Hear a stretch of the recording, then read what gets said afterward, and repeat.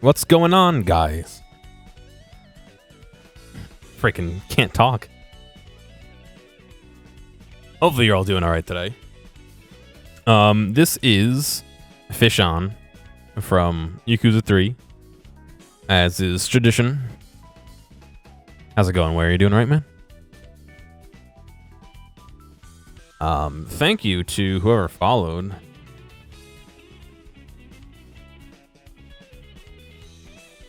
I'm in the process of reconnecting all my accounts to things.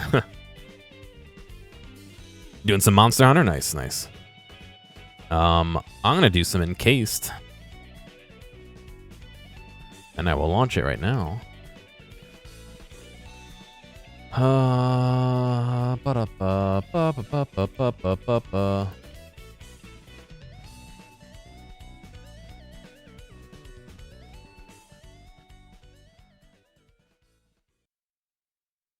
I really do like that song. Yeah, thankfully everything I care about is pretty easy to redo. The real pain is things that I can't access my password manager on, and having to like type a manual password by hand, which kind of sucks, but not the end of the world.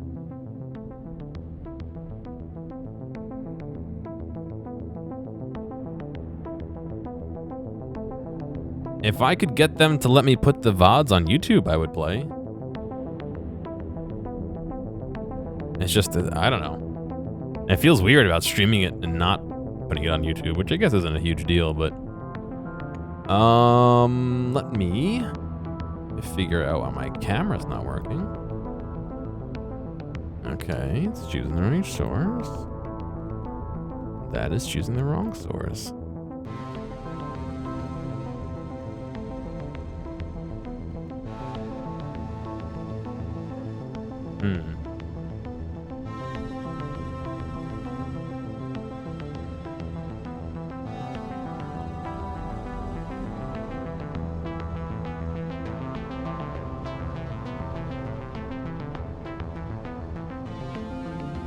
I've been using an A10 Mini as my input device for, there we go, hello. Input device for my camera.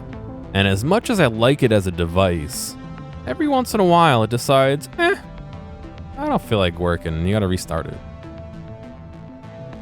Okay, capture game, go.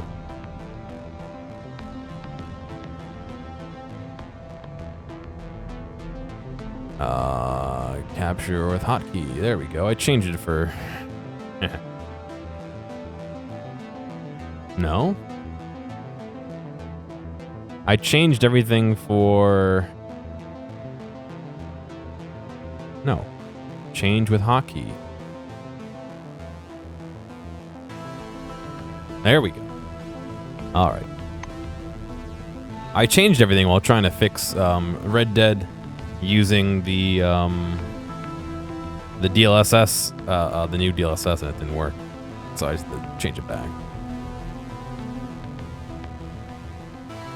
I don't know. Like, if I had permission to put it on YouTube, I would feel less weird about streaming it, you know?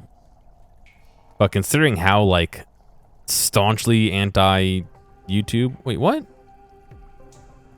Did it load the wrong save? Oh, it totally did.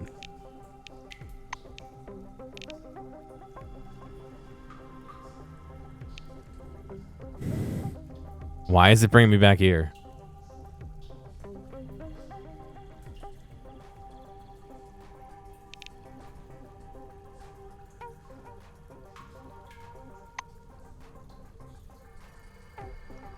Did it just not save after this? Okay.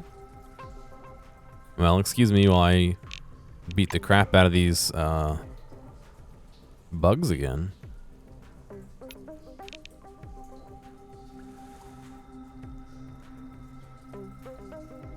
Kinda lame.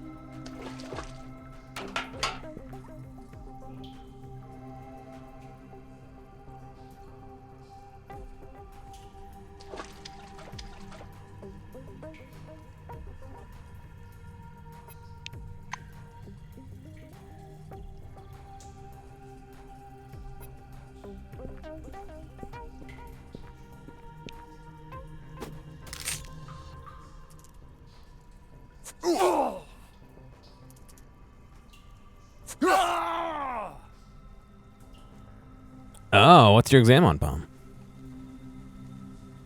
Also, you'll do fine. Don't worry about it.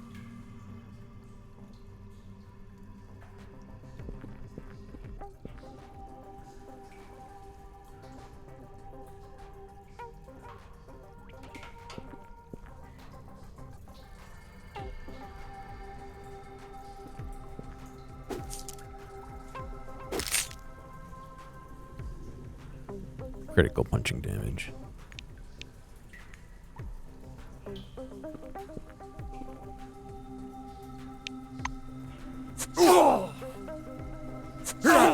Legal translation. Shit. That sounds crazy. Good luck. I'm sure you'll do fine.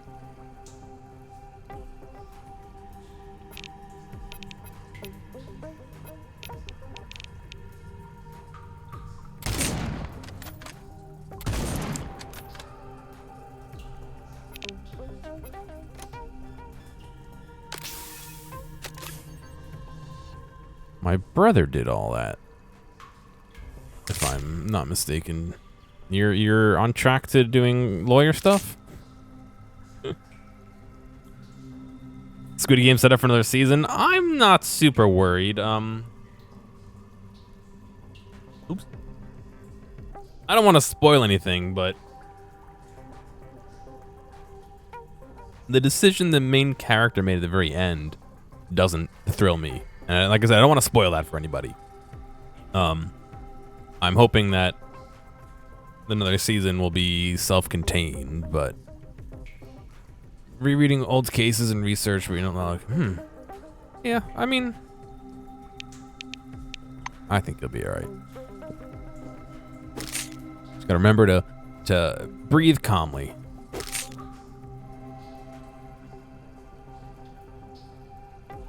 What's the saying?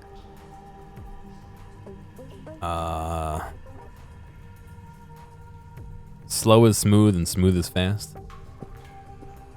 Take it slow and steady. I'm not afraid of you.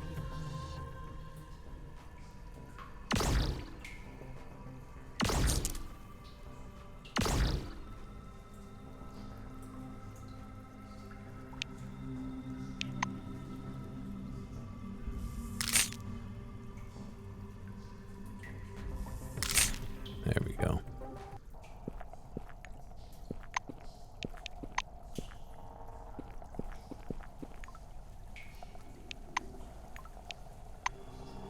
Gotta take these roach parts here. Alright, sorry, I don't know why it didn't autosave after the last time I went through here. I'll just clear it out again real quick and steal all the roach parts.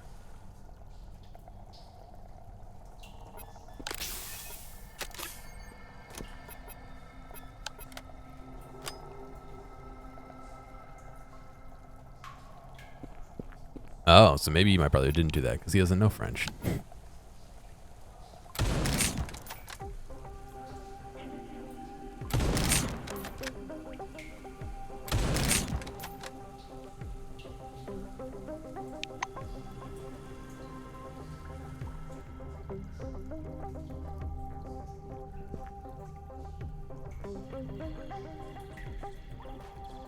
No, you're shitting me. Is that out of range?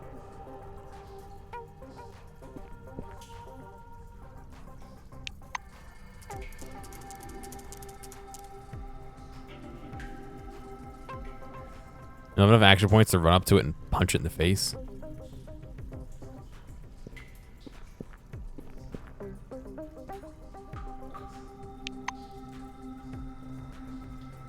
It didn't fight. Oh, it moved, right.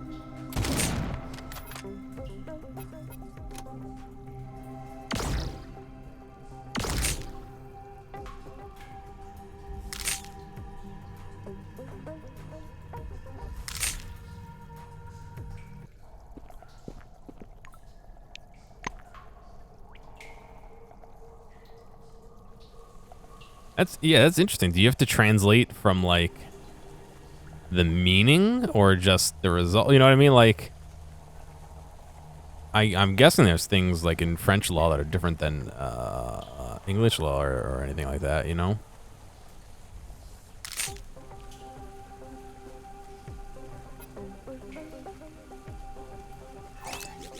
I jammed.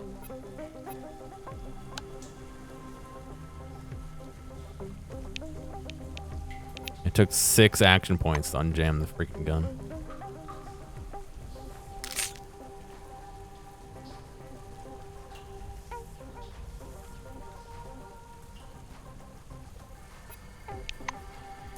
What did he do this turn? Oh, it's still there.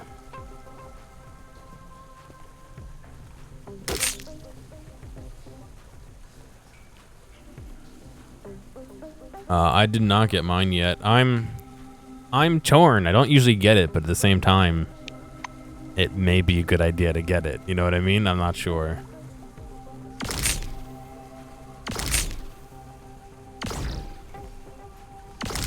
And I'm definitely not like anti-vaccine or anti-flu shot, but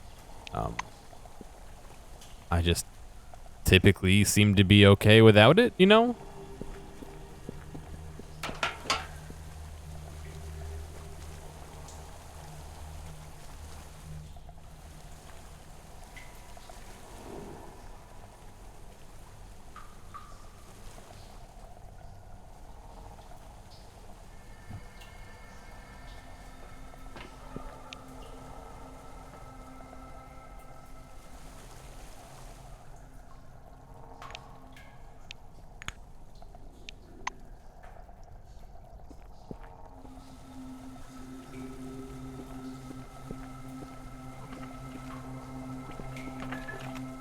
Oh, pile of sand. Oh, salt.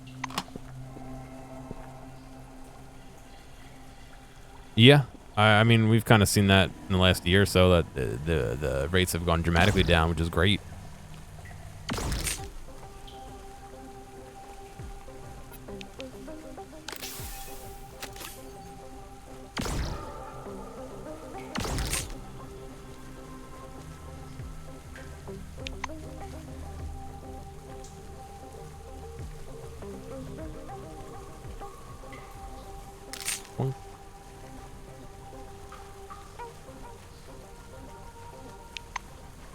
Whoa, I forgot those things can jump.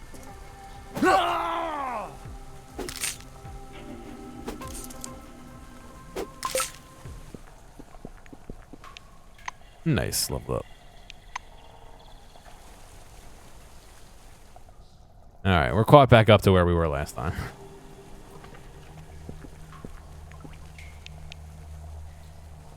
Atox.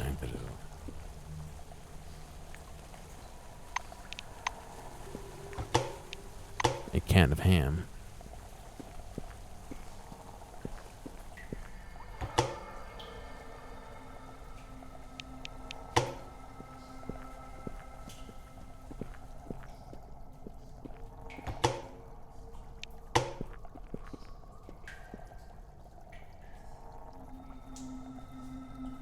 Oh, it's definitely good, but it's also interesting that all that potentially could have been avoided. You know, not avoided, but you know what I mean. Like,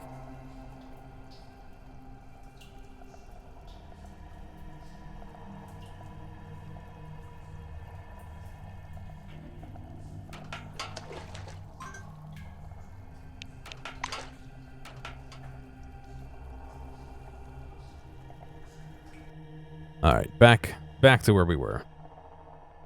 We were exploring the junk town. I guess maybe because I didn't leave, it didn't autosave.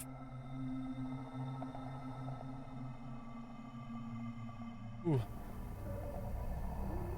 lot of stuff happening this weekend. Holy cow. The Battlefield 2042 beta is happening. I've heard that it's okay, but we'll check it out. I have a bunch of other stuff that I've been working on that I'm hopefully going to be doing soon.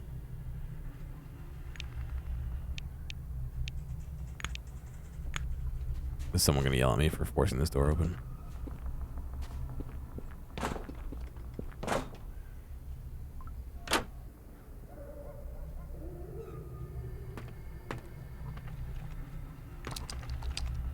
cool.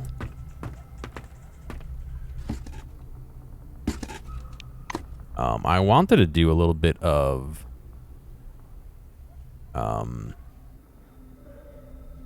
guitar pedal stuff.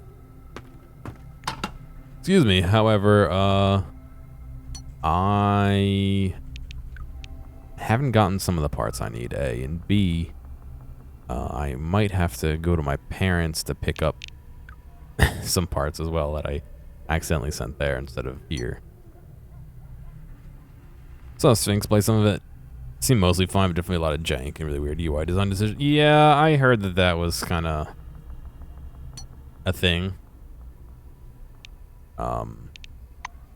Also, looking at some gameplay footage, it looked like, how do I explain it? The world looked very flat, and I don't mean that from like, oh, there's no hills or anything. More like, I saw a guy parachuting down, and the ground just looked weird.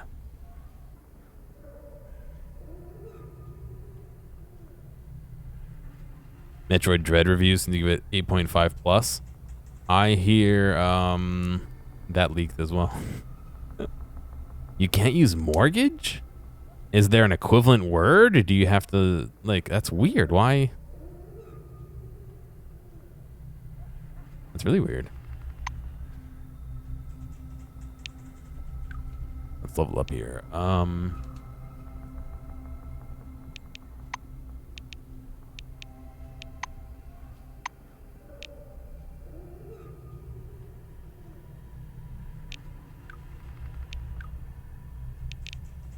I do use a lot of high-tech weapons. I should probably boost that, but...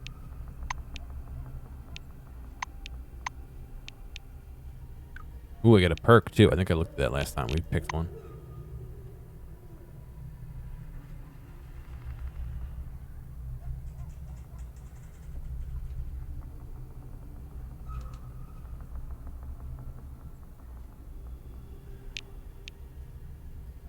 Servo shell data acquisition.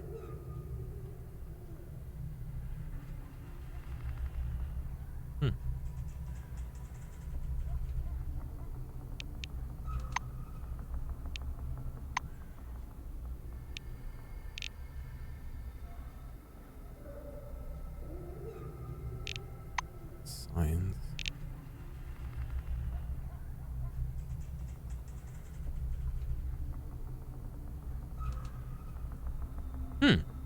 Initiative -10, but accuracy +15.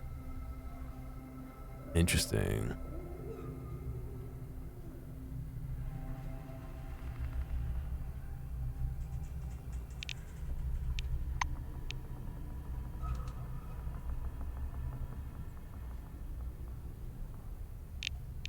I think we boosted this to 90 to get that passive.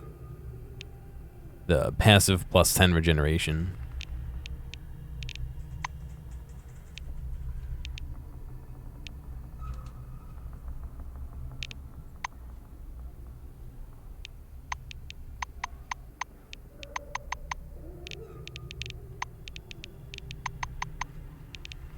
Cool.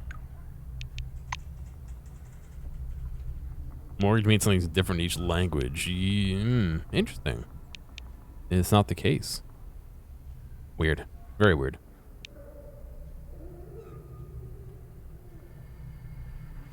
Anyway, we had rolled a die to pick which one we chose. I just gotta find it. It was...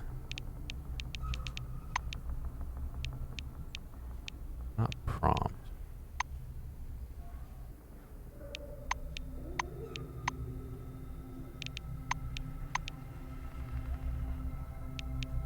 It was Sure Grip, right? No.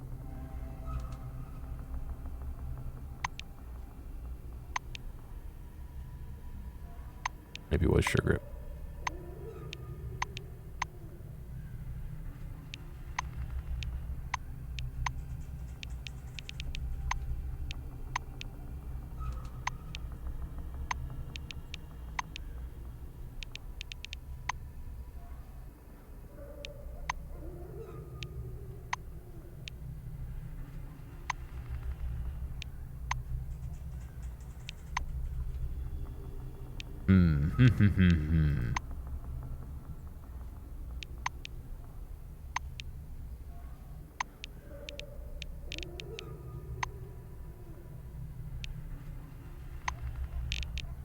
Yeah, I think it was sure grip. Precise shot doesn't need a cooldown.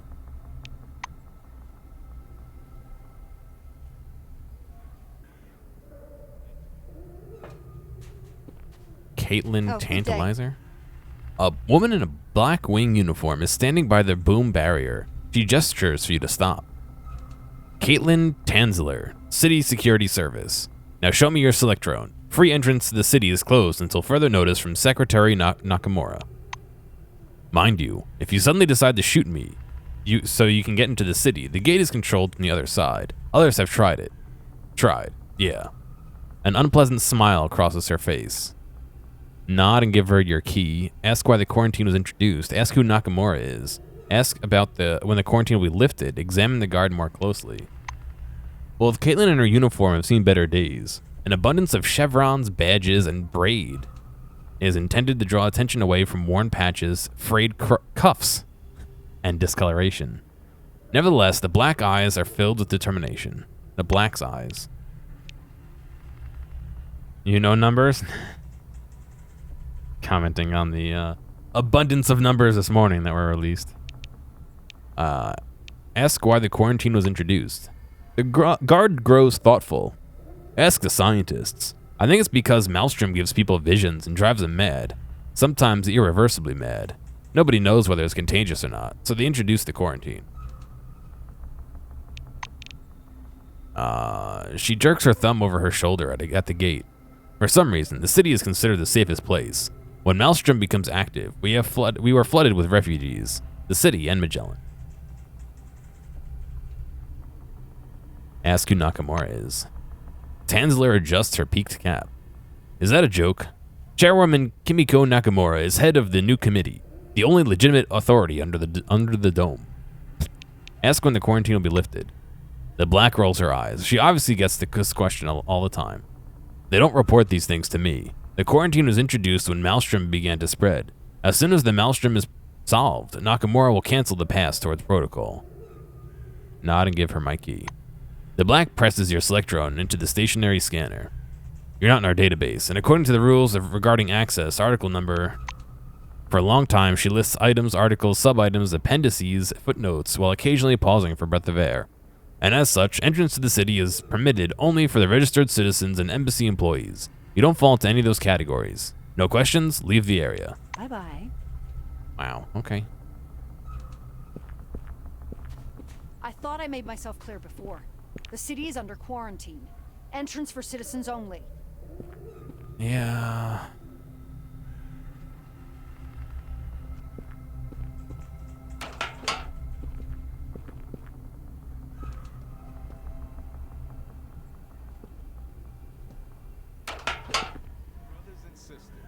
Pause and listen and think.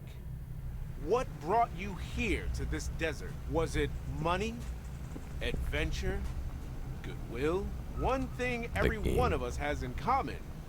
We all came here seeking the best for ourselves and the world. And we are all Such a life is not. A giant man spreads his arms in greeting. Impenetrable black glasses hide at least half his face. The stranger smiles. Reverend Santiago at your service. Is this about my sermon, the priceless gift of the new world? I could check you in. He embraces you with his strong, warm arms, smiling all the while. Ask him what his sermon talks about. The Reverend laughs in a not very sincere or charitable way. Not talks, my friend. The time of words has passed. Through the teleglasses, we show you a wonderful world you can conquer with the power of your mind. You must see it. What day is good for you? Sure, let's see. Santiago replies with a deep bow. That's wonderful. I'll be waiting right here for you tonight. My dearly beloved... Santiago spreads his arms as if to give you a hearty hug. Good to see you. Please don't forget about our sermons every day at 6 p.m. on this very spot. My 6 dearly p.m. beloved people of the Dome, brothers and sisters, I gotta come back. Pause and listen and think. A small man with a gray beard, tousled by the wind, is resting in the shadow of the city wall. Mario Bertolci, handyman, says on the badge of his orange uniform. A dirty diesel generator rumbles a few meters away. Bertolci stares absently at it through the purple lenses of his teleglasses. Ask him if I might try on his teleglasses. He recoils from you. No, these are mine. My glasses. Make a donation to the church and they'll give you a pair. Ask him what he's doing. Orange points to the generator and says proudly, I watch over the diesel generator and make sure the screens are running. Santiago himself asks for my help.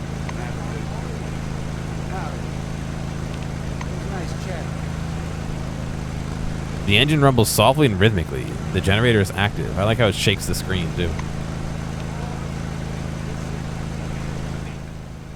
What brought you here to this desert? Was it Let's go on, Fist.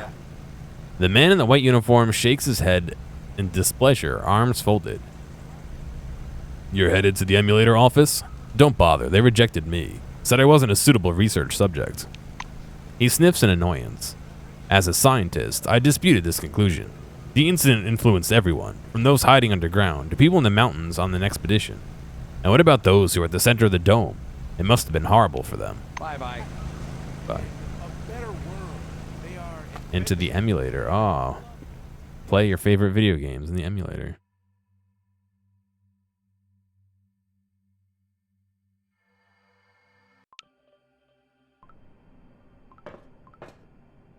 Adolf Schmitz. Haven't we met them before? Greetings. A tall man in a spotless black uniform takes a step towards you and greets you with a brief, firm handshake. Adolf Schmitz, Chief of Security Services for the Emulator Project. The black points to a poster that reads, Maintain sterilization regimen while on site. His face seems vaguely familiar. Yeah, see? Take a closer look and try and remember where you might have seen him. His bearing, his clean and iron black uniform, and even the name Adolf Schmitz all stir vague memories. Of course, Schmitz served in Concord before the incident.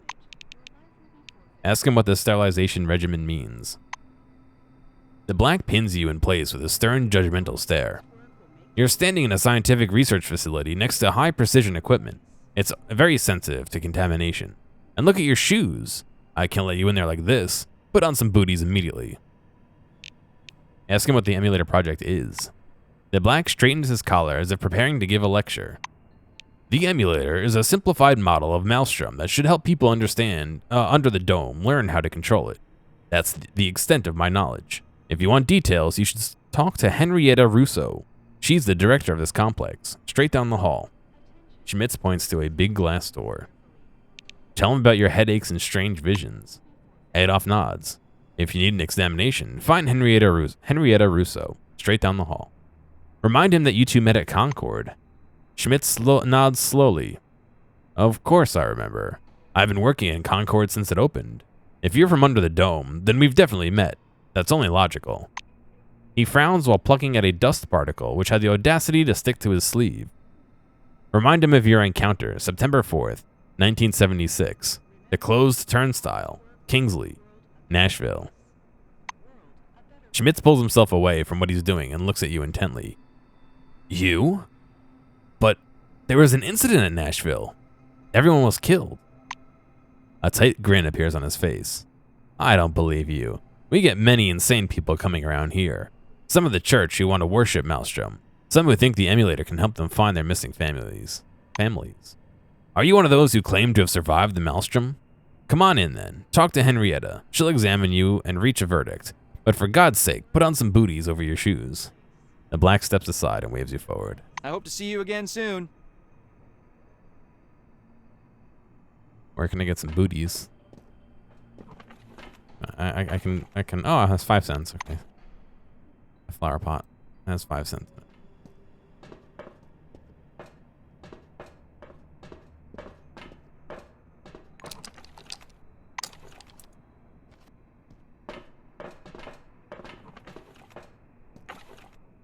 Another broom. I can use the vacuum cleaner. Attention, attention. Please handle relics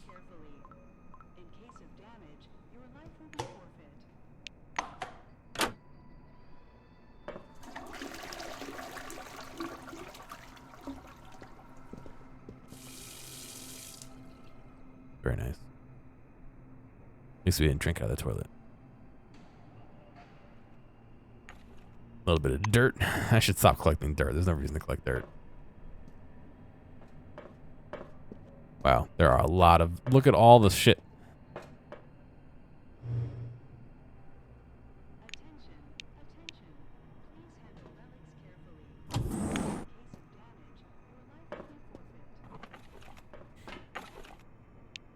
I think I'm supposed to rub the dirt on my shoes, right? Rub them on the booties.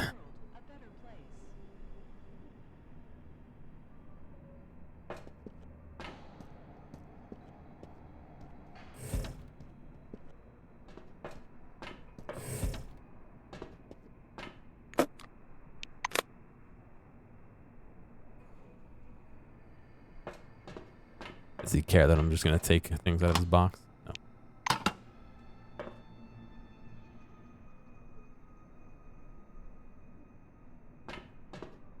Oh, hello there. A thin man with a broad, bald spot is excitedly scanning a small relic hovering over the table. You've definitely seen this thoughtful man in a white lab coat somewhere before. Try and remember where you know him from.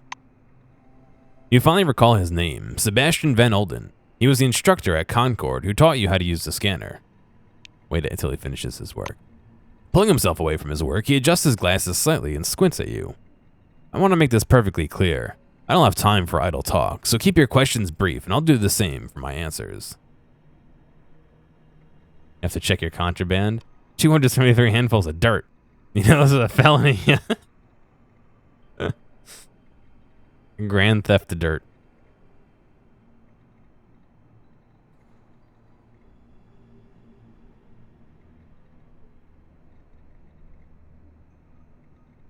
Tell him if you're experiencing headaches and occasional hallucinations.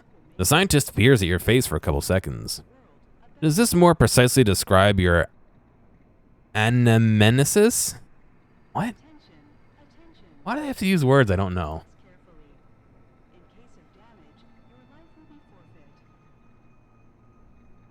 The remembering of things from a supposed previously existence. Anamnesis. Anamnesis. Anamnesis. Anamnesis. Why does it let me translate it to Italian?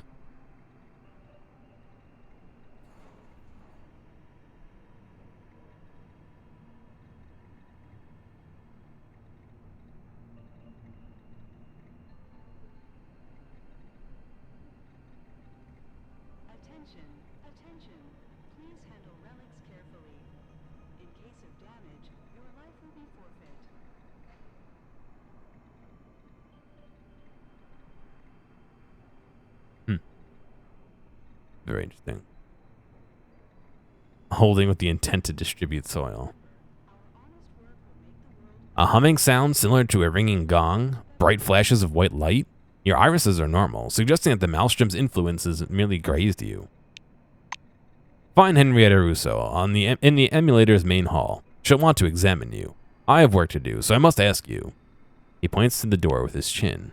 What's going on, Scump? How you doing? Ask him what he's working on. The scientist points at the relic. I analyzed the magnitude of the relic field in order to track correlation with the maelstrom's abnormal activity. I should note that activity has been growing steadily as of late. Did you ask what I'm busy with? Busy is the exact right word in this context. I'm busy, understand? The white returns to his relic. He has no interest in conversation. Find out how the instructor from Concord ended up on the emulator project. Van Olden goes pale. Let me make something clear. I'm a published professor with a doctorate from the University of Bern in Switzerland, not some trade school instructor. Really early. Rip, sorry. But it took a long nap in the middle of the day, so you didn't get anything done. But you feel like it put you one step closer to being productive. Okay. Sebastian angrily smooths down his frizzy hair, which springs back up at once. I fulfilled my responsibilities at Concord just fine, and the initiative to provide those briefings was mine. I wanted it done right, so I did it myself, as the adage goes.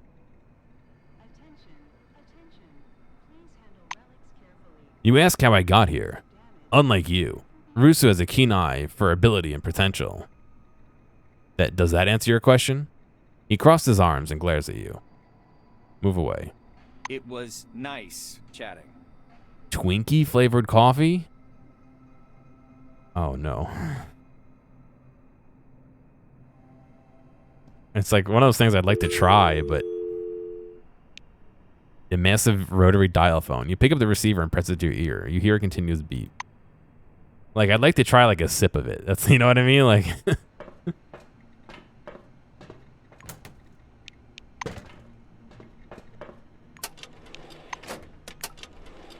11 cents. I like how he doesn't notice or doesn't care.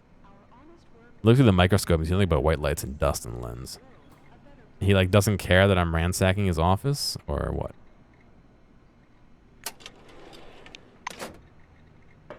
What's in his garbage? Oh, a napkin and 2 empty bottles. Simple lockpick. Hypno sleeping spray. Huh. A salute taser.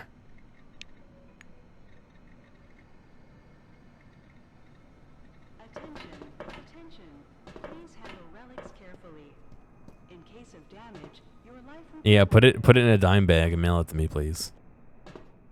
I'm sure it will get through customs.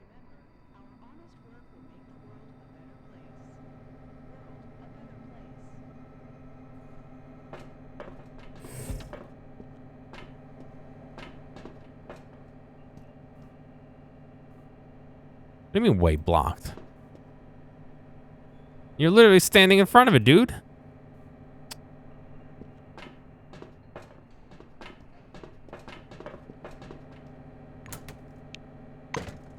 Apparently we access these from the side, not the front. Okay.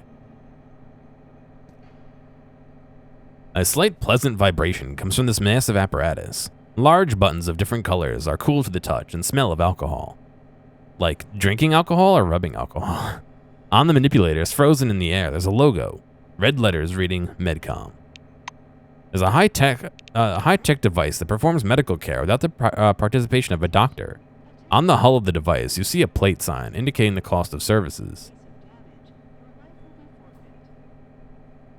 It's too expensive for me. Oh, excuse me.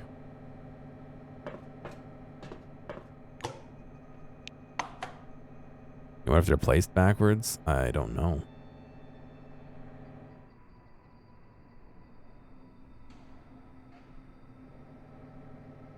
I'm really not sure. What's the matter, Palm? I thought you had your test. Did you do all right? in the 20 minutes since we last talked?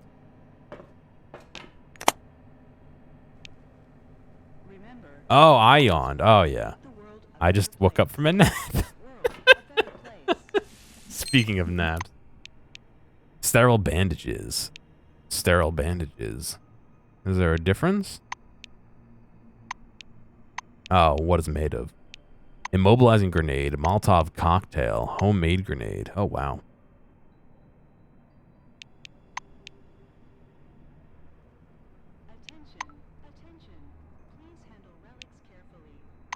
Nap buddies, yeah. I wanted to stream after work, but Squid Game has kept me up late. I finally finished the season, and I've just been like trying hard not to fall asleep at work. But then I got home and I was like, I should really cook something to eat, or I can reheat these leftover wings and then take a nap. You're still home? You gotta leave in 15? All right. You'll be fine. Don't worry about it. Squid Game is what now? Squid Game is a show on Netflix. And I don't want to give up a whole ton about it, but it's kind of like it's a drama. And they this guy who's dug himself into a hole via gambling. He's in massive debt, He gets approached by a mysterious kind of company almost to play some games to try and earn some money, large sum of money. I don't want to spoil it. I will say 100% go watch the first episode. You'll know exactly what the show is, and you'll probably be hooked.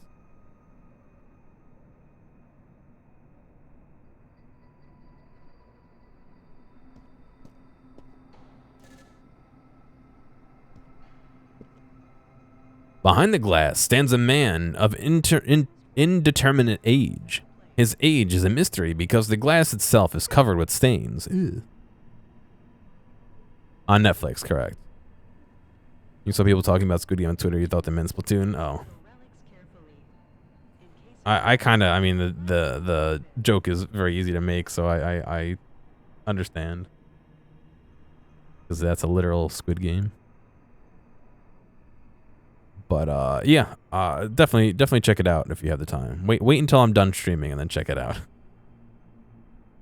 Once he sees you, the man approaches the glass and begins to wipe it clean with his palm in slow circular movements. A small white light flickers in his eyes. Read the sticker on the glass. The explanatory sticker is made of a thick, transparent film covered in small, dark red letters. Oh yes, it's a Korean show. So it's all in Korean. There is an English dub. I would suggest using the original Korean audio and the non-closed captions English version. So the English captions, the English, I guess it would be captions. Shoot, what do they call it? There's a difference between the closed captions and the English translation, I guess, of the text. English subtitles, not closed captions. Thank you. That's what you want. You want the English subtitles because they are better. Attention. Please handle relics carefully. You're good for subs, yeah. I mean, it's. I think the way to watch it is subs. I didn't watch any of the English dubbed version, but from what I heard, it's better subbed. A and B. The actors do a really good job. The actors and actresses do a really good job at speaking and making themselves known. You know what I mean? Like you get what they're feeling through their tone.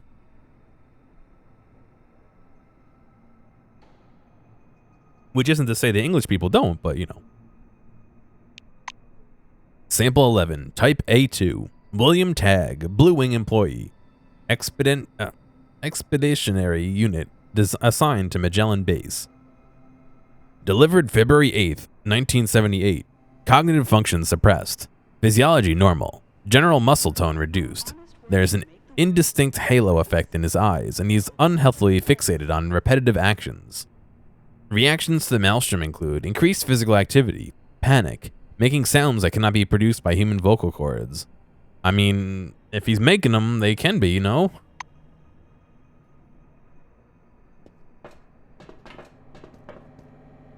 Did that guy just warp? The wife is still standing on the other side of her cell window, tracking you with her eyes. Read the sticker on the table.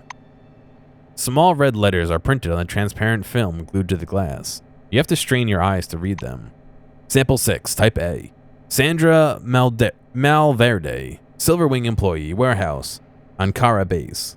Delivered June 17th, 1978. Cognitive functions suppressed. Physiology normal. General muscle tone reduced. She suffers moderate halo eye, nightmares, anxiety. Reacts to maelstrom with increased activity and aggression. Try to get inside her mind with psyche of 8. I don't have a level up to do that. Harry Daimler. Salutations. A bald man with neither mustache or beard taps in the glass. Hey, listen, do you have a smoke? They give me everything I need here except cigarettes. Supposedly, they'll make my blood vessels constrict and make me sick. That's bullshit. I always feel better when I smoke. What do you say? Say you'll definitely get him cigarettes right after he answers a few questions. He shakes his head. What questions? Are you kidding me? My head's splitting in here. All I'm asking for is a cigarette. You'll help me out, right? Thank you. Hello again. You push the pack of smokes through a small gap under the glass. The man grabs it happily and tears the foil wrapper away with trembling hands. He takes out a lighter, lights up, and takes a long, leisurely drag. Oh, there truly is a god up here. All right, Bond, do well. You'll be all right. He rests one palm on the glass. Thanks, man. High five. Yeah, there you go. By the way, my name is Harry Daimler. What is it you wanted to ask? Ask if his state is considered dangerous. He's shaking his head. Nah, not dangerous. Rare is the right word. Four Eyes explain what's going on with me. You know, like an antenna picking up signals. I can feel the maelstrom moving. Where is it? Anyway, I'm needed here.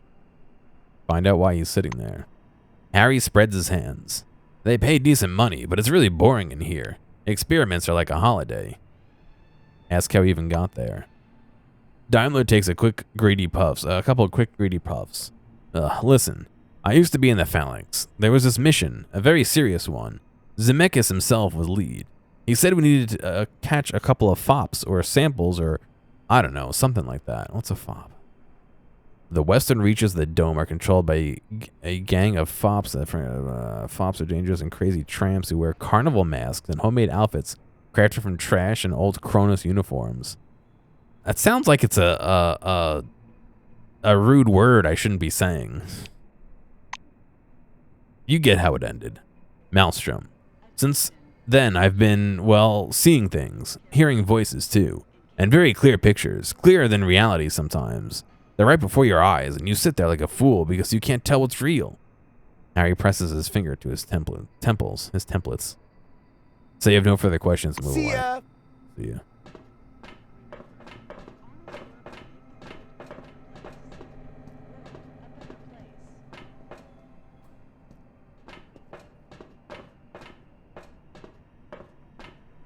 Russo's office. Is she not here? Oh, we can have full ransacking of her office while she's not here.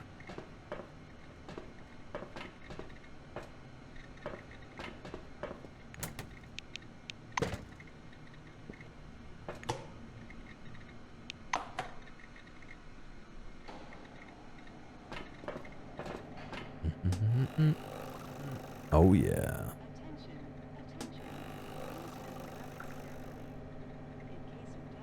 Tape recorder.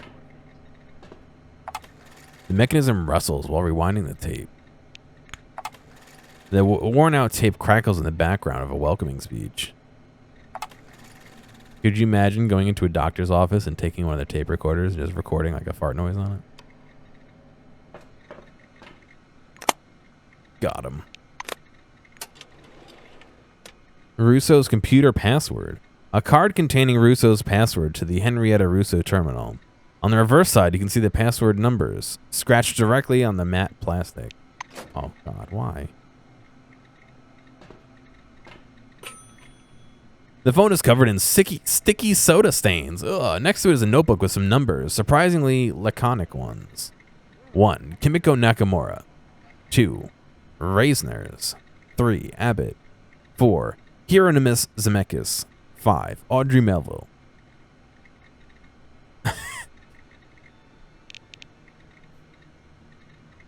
Yes, exactly. We're gonna hack the terminal here. Please handle relics carefully.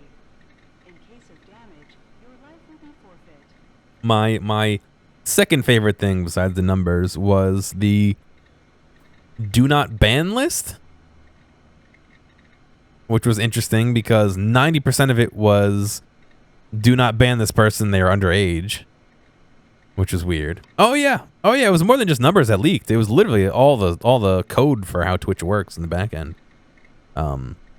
There's a literal list, and it's like, do not ban this person, admin, and one of them was like the CEO of Twitch, and it was like, do not ban for any reason, literally any reason. And then there's like 90 that are like, do not ban them, they're underage, which is weird considering you're supposed to be, what, 18, 16 to stream on Twitch? But There was also a list of banned usernames, but it was just like, it would be like wildcard Mike _ Hawk wildcard. So you couldn't use Mike Hawk in a username, but it was like so like specific that it was like, it's not catching anything except for someone trying to make like Mike Hawk 1. You know what I mean? Like it was so dumb. I'm not going to read them or show them on screen. I'll see if I can find some highlights. Because some of them are actual like bad words. C_U_N_T_.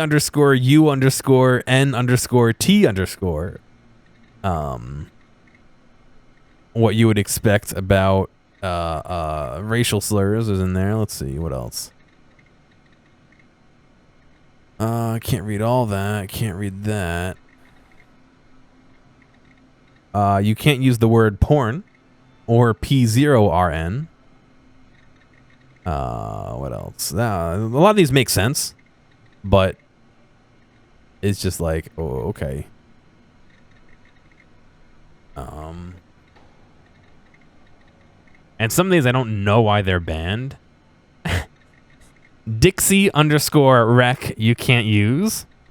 Dixie rec with no underscore. Mike Hawk, Mike _Hawk. PEN_S. I'm guessing the underscore means like anything or a letter. Dong. You can't use the word dong.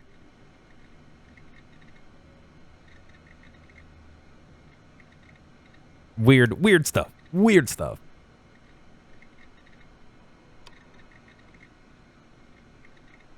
What happened again? Basically, like, I guess the source code, what do you call it, for Twitch got released. So like all of Twitch's backend is available to examine, basically.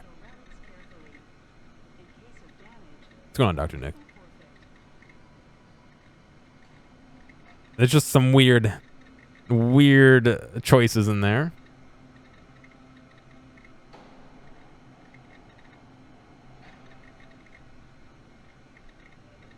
The eco-prophetic. Oh my god. Are you still banned from putting remove horror in the title? I have no idea. That's what I hear too, that there might be more. I don't think that any payment details got leaked, considering a third party handles that. However, that is not... There's no downside to doing that. You should probably be doing that anyway every once in a while. I know that I get a new Discover card almost every year because I don't know where, somewhere that I'm shopping must be scraping them, and like out in Oregon someone tries to buy gasoline or some bullshit, you know what I mean? Like, no, I didn't see Mike Hunt on there, but this was only an image of some examples. It was not the complete list. No, I hear you, House, especially with the debit card where there's almost no recourses. I totally understand. Like I was saying, it's not a bad move to do. As far as we can tell, that merchant information hasn't been released. But yeah, it doesn't hurt. I mean, I do all mine through PayPal, so I'm a little less worried on that front. But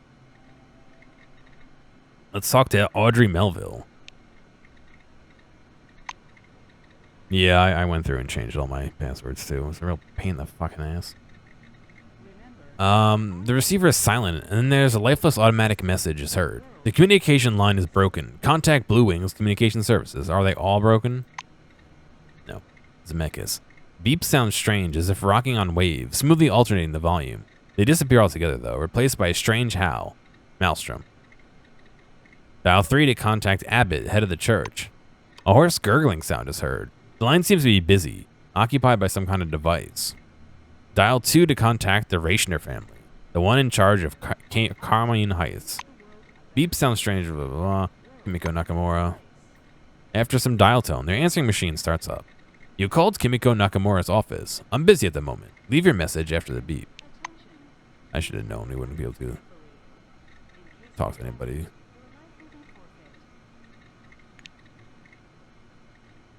Wow, I cannot pick it or break it. Maybe I can use the terminal.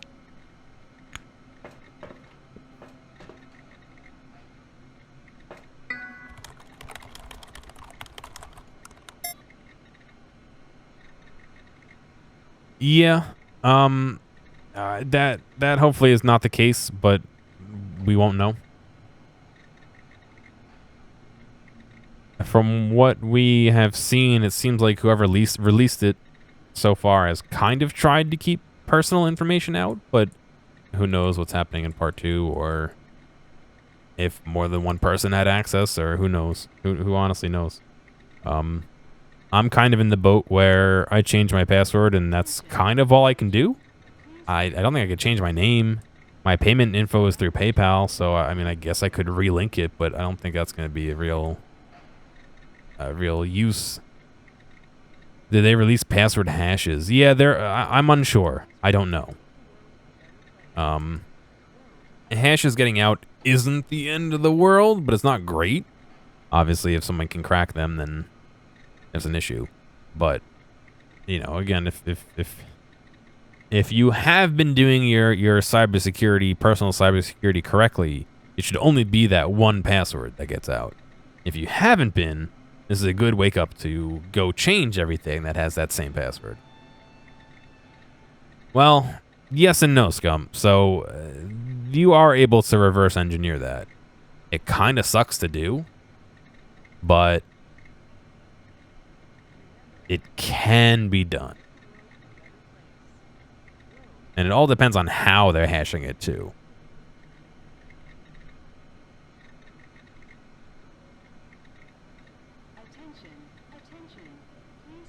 It really depends, to be honest. The emulator project's manager desktop computer hides among a mountain of papers and randomly placed coffee mugs. Despite the chaos surrounding it, the machine itself looks neat and clean. Even the keyboard looks good as new, except for a few soda stains. You can't use that as a password. It's on the banned word list. Main menu. User page. Good day, Henrietta. Enter a command to open the desired menu item. Mail. Open the mailbox. Protocols. Phase 2 protocols. Log out. Log out of the machine. Enter the mail. The mailbox on Henrietta's computer contains a lot of emails, but the last two catch your attention. They're titled Verge of the Maelstrom Situation and report on the causes of the accident. Everyone know your password is Justin TV. I mean, you can look up how that is done as far as generating the hashes. I mean, basically, the hash is a string of numbers and letters or whatever they want to use. I don't know exactly. That represents your password. So it's not your actual password, but it's a representation of it. And they use a mathematical equation to figure that out. So, if you can figure out what the equation was, you can reverse it. The hash alone is not reversible. Yeah, I guess yes. But if you can figure out the equation, you could put in something and see if that equals it. You know what I mean? It's weird, and it's definitely something that I don't know fully. And you know, I don't want to be like telling people, "Yep, you can reverse it," or "No, you can't." Obviously, there is a potential for passwords to be getting out of there, but yeah, I mean, put it this way, it's not flawless. Tom Scott did it. Yeah, that's probably what I'm thinking of, and they can explain it a lot better than I can. I wonder.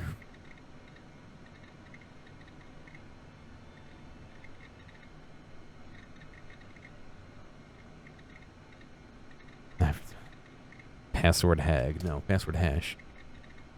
Yes, he made a video. How not to store passwords. I will link it in chat. That is a good introduction on how this is done and why it's important to not do anything too crazy. And then you get into salting the hash and all that, and you know, It starts to sound like a breakfast, salted hash.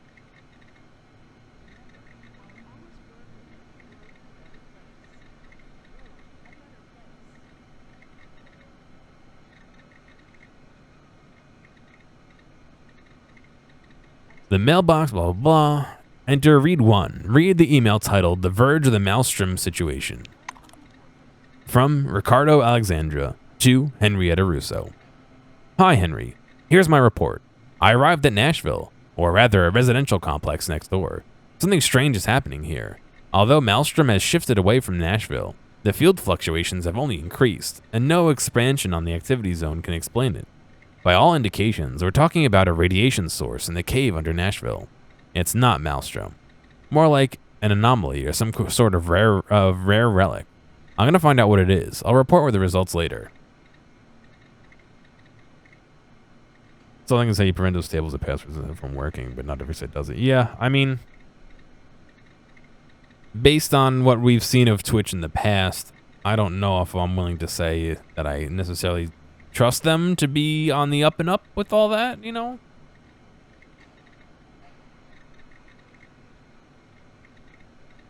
Maybe we can. I would like to be pleasantly surprised and find out that they're doing it well. But at the same time, Read 2. Read the message titled Causes of the Accident. From Fyodor Milkovich to Henrietta Russo. Kimiko Nakamura. Karma is Ishtwani. Technician report. Cause of accident. Voltage jump before reaching peak power. Details in the attached file. Suggestions for improved design. Replace the burned transcriptor. Connect a new energy-independent teleglass. Increase the anomalous essence level to at least 0.09. Update the driver. Conduct inspection of the power supply system at Magellan Station section. Replace burned fuses. Fedor. Is that how you pronounce it? Fedor? Interesting. I would have not have gotten that.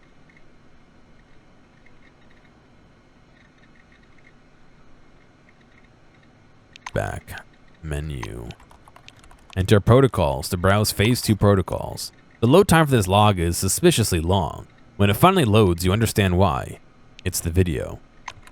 Seated on a black and white screen, Henrietta is looking somewhere above the lens. Look, I'm not exactly eager to shoot it. I'm not superstitious, but it feels kind of uncomfortable. Wait, are you recording this? Oh, crap. She looks directly at the camera. I'm Henriette Russo. Did her name change? Head of the emulator project. No, it's Henrietta. Did she get her own name wrong?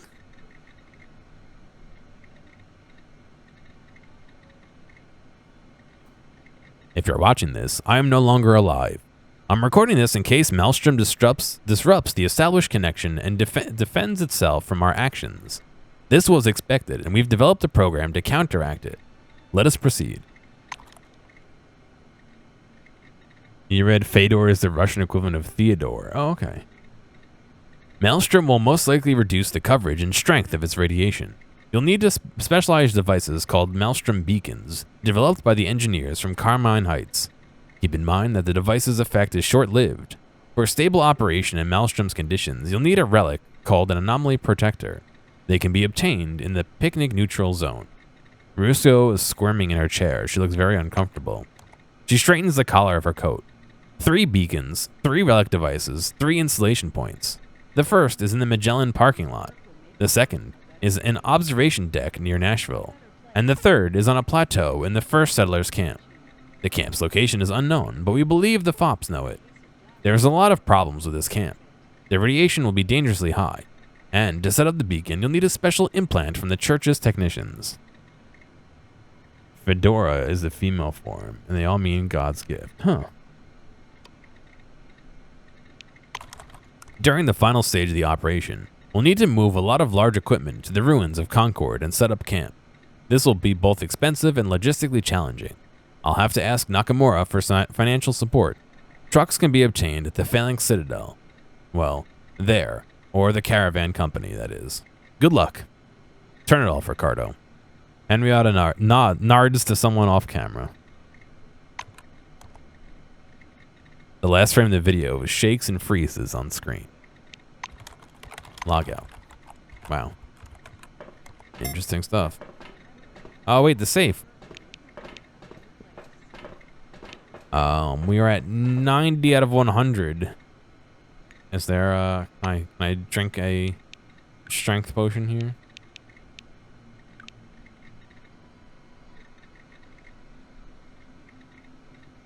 Attention, attention. Please handle relics carefully. In case of damage, your life will be forfeit.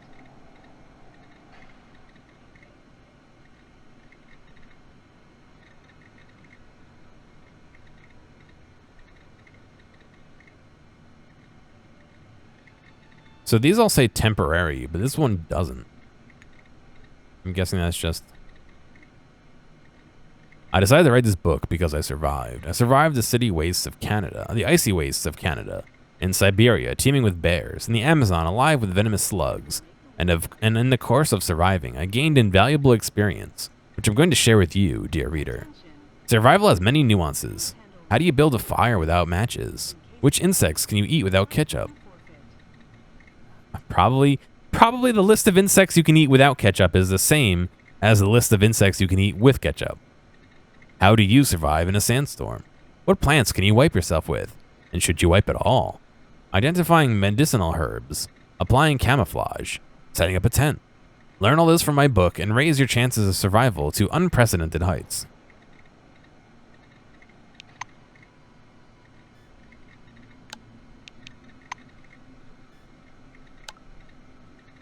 Did that actually raise? I don't know if that raised it.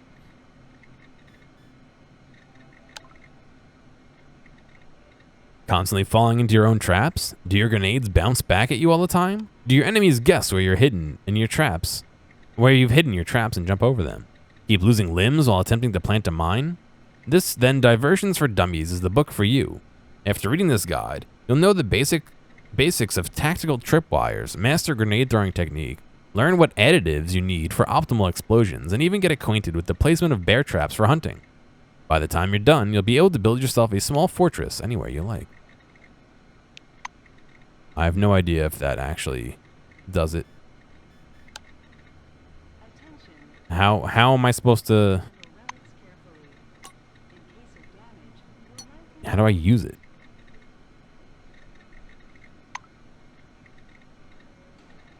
Yeah, I think that was it, I guess. Hopefully that's one experience. No.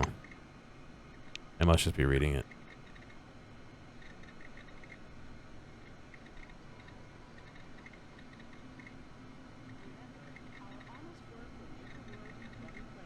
The one whose guts combined with vinegar become poisonous. Is that a real thing? Or are you just being you? Attention, attention. Please handle relics carefully. In case of damage, your life will be forfeit. I can't believe I can't fucking pick this safe.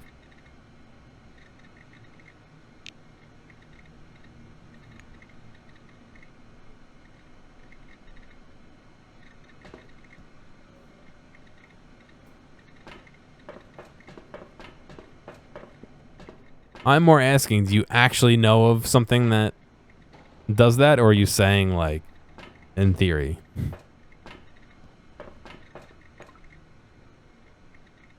Attention all employees.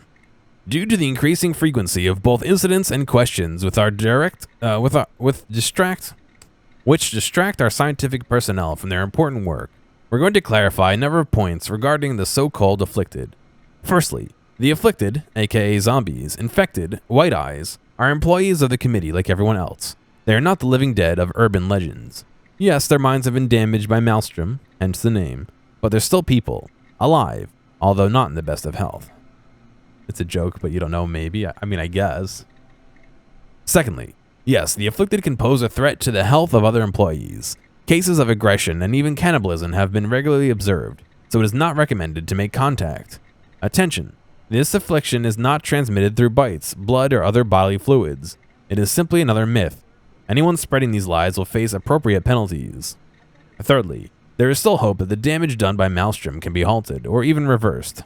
Simply put, the committee takes care of all its employees, no matter their condition, and is working tirelessly on a cure. Therefore, only non-lethal means should be used to subdue the afflicted. Murder is not encouraged, although not condemned, if required due to force majeure. Is that how you say that? Majeure? Remember, we are representatives of humanity. We may be the last human beings on this planet. We cannot allow our ranks to thin even faster. Please be conscientious.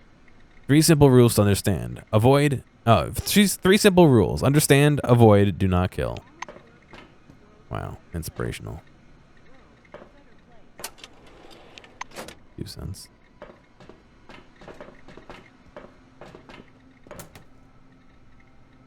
Science magazine. Psionics magazine. Influence magazine.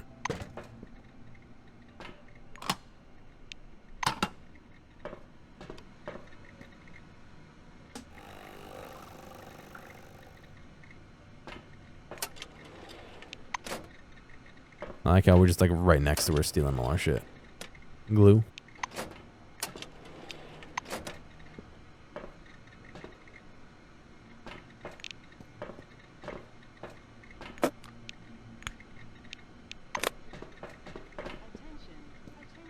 A plumpish woman in a white coat is sitting at a table surrounded by screens. Her fingers fly rapidly over the keyboard, the sharp click of the keys like distant gunfire. As you approach, the clicking of the keyboard stops, and the white raises her eyes to study you. She doesn't seem angry or irritated, but her glance is so cold it gives you chills. Without a word, she returns to her work, as if you didn't exist. Karma stops typing and pushes back from the table. She looks at you in silent anticipation. Stop right now. The computer contains personal data.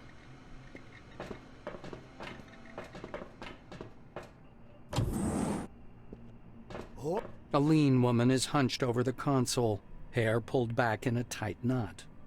As the doors close behind you with a quiet hiss, I don't know what they were she trying to turns say. briskly to face you. You have an appointment, an examination, am I right? Know this. You must submit to a blood test and show me your Selectron as your ID. Some sly dogs have been coming around twice for an extra 100. Her voice is firm and loud, and she's spinning a ring of keys on her finger, one that was sticking out of the console a moment ago. The badge on her white coat reads, Henrietta Russo, Project Director. The coat itself is flecked with several stains in different colors. Russo follows your gaze down to her soiled coat. It's soda. This crap doesn't wash off. Why does she have soda all over her keyboard, her phone, her jacket? What is she doing? She's doing everything but drinking the soda.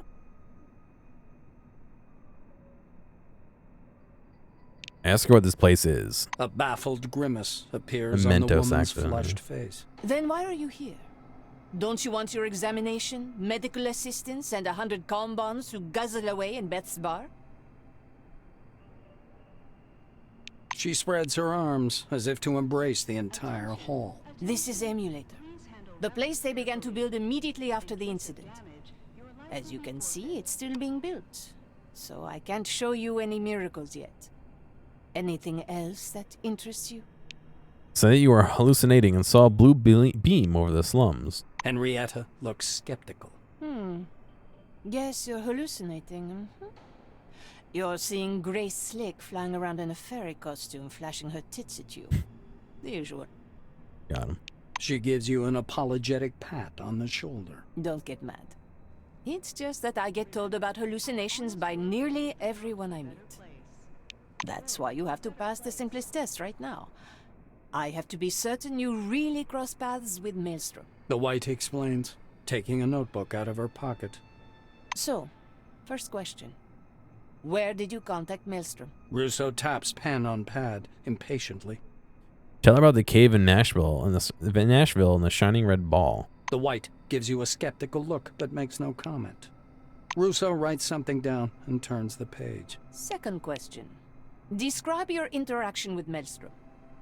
Tell her you were surrounded by white fog and saw and spoke with other people while in the mist. The pen stops in Henrietta's fingers. Okay.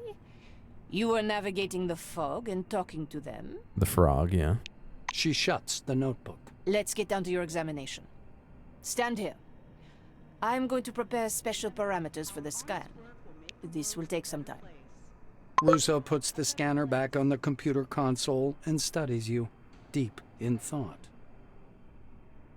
I could use a smoke after that. And I don't smoke, by the way. She says. What did we do? Henrietta walks a full circle around you and stops in front of you again. What can I say? That was the best 100 we've ever spent. What did we do? Wait, money was exchanged? They want to smoke? Your vitals are downright incredible. The sensors are off the scale. Even the FOBs don't show these metrics. And unlike them, your brains haven't turned into mush, supposedly. I'm going to say this now. I need you to become part of this project. What do you say to that? The White is looking at you expectantly. Ask why I should help. Henrietta snaps her fingers. A fair question. However, the point is you're not helping me, you're helping all mankind. We're all locked up in here with everything that implies. Maelstrom unstable, politicians squabbling, and communication with the outside world still unavailable. Attention, attention. Please handle relics carefully. She catches your eyes. I have faith in the emulator project. I believe it will protect us from Maelstrom wandering across the desert and frying people's brains. I believe we can use that force for good, but I'm short of both resources and manpower. That's why I need help from someone with a unique psychic field. You could be a critical piece of the scientific jigsaw puzzle. When we solve it, we'll get the answers to all our questions. Moreover, it's about profit and prestige.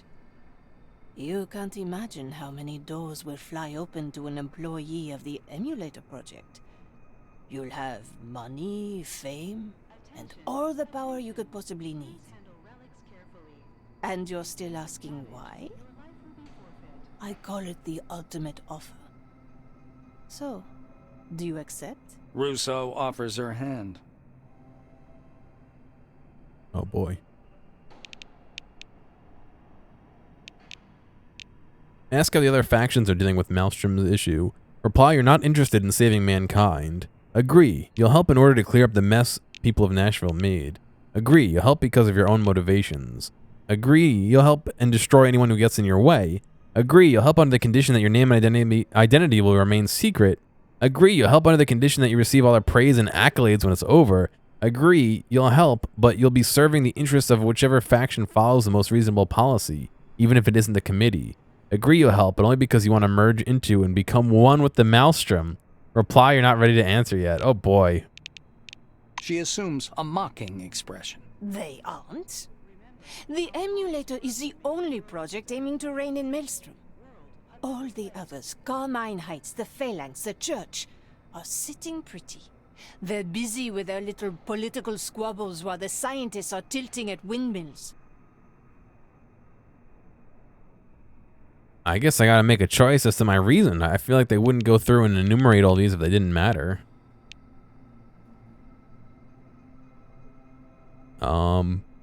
My own motivations. The White suppresses a chuckle as she shakes your hand. Oh, you're so mysterious. Role-playing, yeah. Motivations. Everyone's got their own motivations. Even me. Russo nods toward the bulletproof glass. As we agreed. Let's get straight to the point. Henrietta gestures for you to come over. She stops near the control panel to examine a massive construction hanging from the ceiling of the main hall. She fixes you with her gaze. Long story short, in 1976, the incident started in Nashville. Maelstrom broke free of the excavation zone, destroyed the spire, and killed a lot of people. And those who weren't killed outright had their brains fried into non-existence. If that was an experiment, I'd call it a total fail. Russo raises her head to study the green lights high up under the complex's ceiling with acute fascination. Everybody was in a panic all that year, waiting every day for the end of the world. But Nakamura was able to overcome the disturbances and evacuated the bigger part of the survivors here. She offered autonomy to anyone who wanted it, those from Phalanx and Carmine Heights, and decided that something must be done about Maelstrom in the center of the dome. Thus, the emulator was born. Henrietta clasps her hands behind her back and walks around the room. Things went quite well over the next 2 years. Maelstrom showed no activity, and all the trials were right on schedule. But several months ago, I'm actually not sure. Our sensors detected that Maelstrom had begun to grow, to become stronger. From my own calculations, I realized we needed the help of all those different people. Someone needs to search for relics for the emulator, and help with the coding. Otherwise, the Nashville megalo anomaly will overtake us. It will be too late. White Swan is an ambitious scientific cluster project facilitating experimentation with the forefathers' most advanced technology. At the moment, White Swan is the only research station on the dome inhabited and operated exclusively by scientists. The White clenches her teeth and shakes her head. It's the first time you've ever seen her this serious. That's why they're here. Spencer, Abbott and his nutty buddy Santiago, and of course Karma. Our relationship with her has been sour since day one. Kimiko sacrificed a lot for them to be here. And I only lost control over the project. You know I would shove my ambitions and call it a day, if that was of any use to the emulator, but... She points downwards. From the edge of the balcony, you can see a mishmash of burnt wires and the melted remains of some relic. Now it's all gone to hell. The price has already been paid, but there were no results. The trials were unsuccessful. That's why I need help. And that's why I believe you're twice as valuable an employee.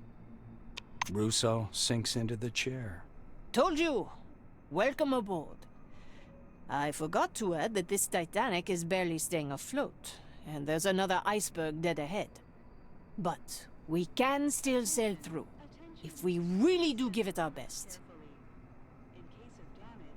Henrietta is sitting behind the console, visibly tired.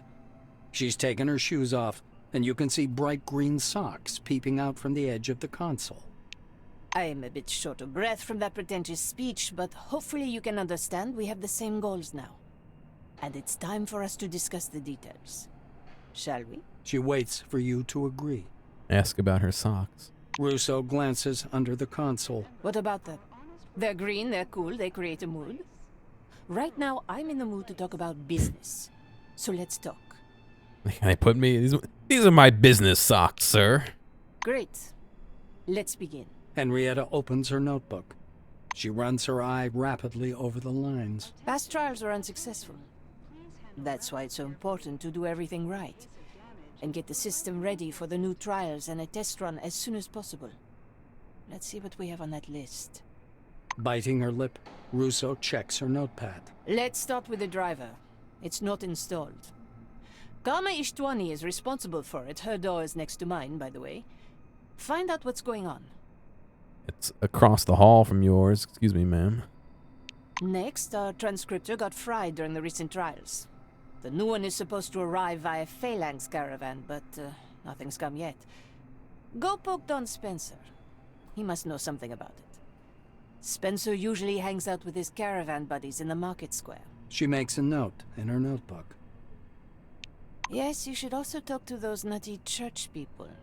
Santiago, he usually preaches near the city entrance. Promised me a special version of the teleglasses to connect to the emulator. And what do you suppose he's given me so far? Nothing.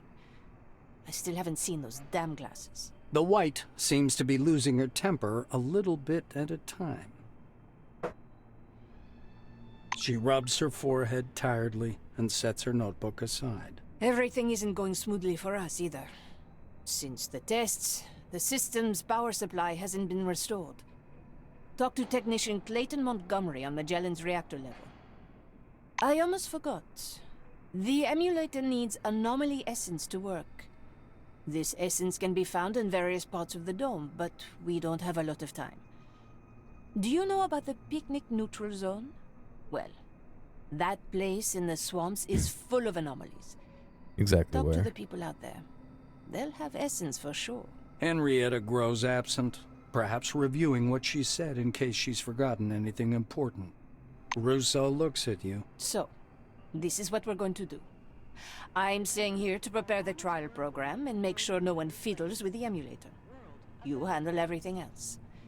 Better start with Magellan. I have a feeling they've got some hidden agenda, okay? Give her a nod. I mean, if you think about it, he's not actively asking people to do that, so I'm not surprised.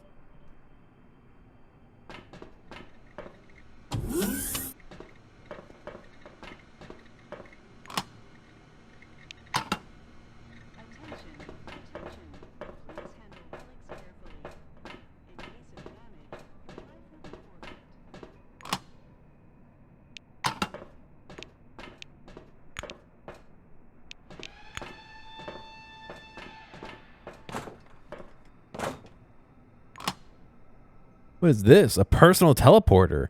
Teleportability is required for use. A device based on the Forefathers technology known as Quantum Mirror converts any target within 10-meter radius into a stream of light particles and transports it to any point within the specified radius. I can transport enemies? Ah, I gotta get the transport check for somebody then.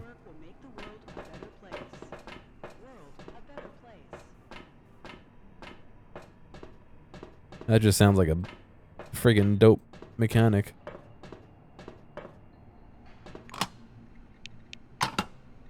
Psychic irritation. Alright.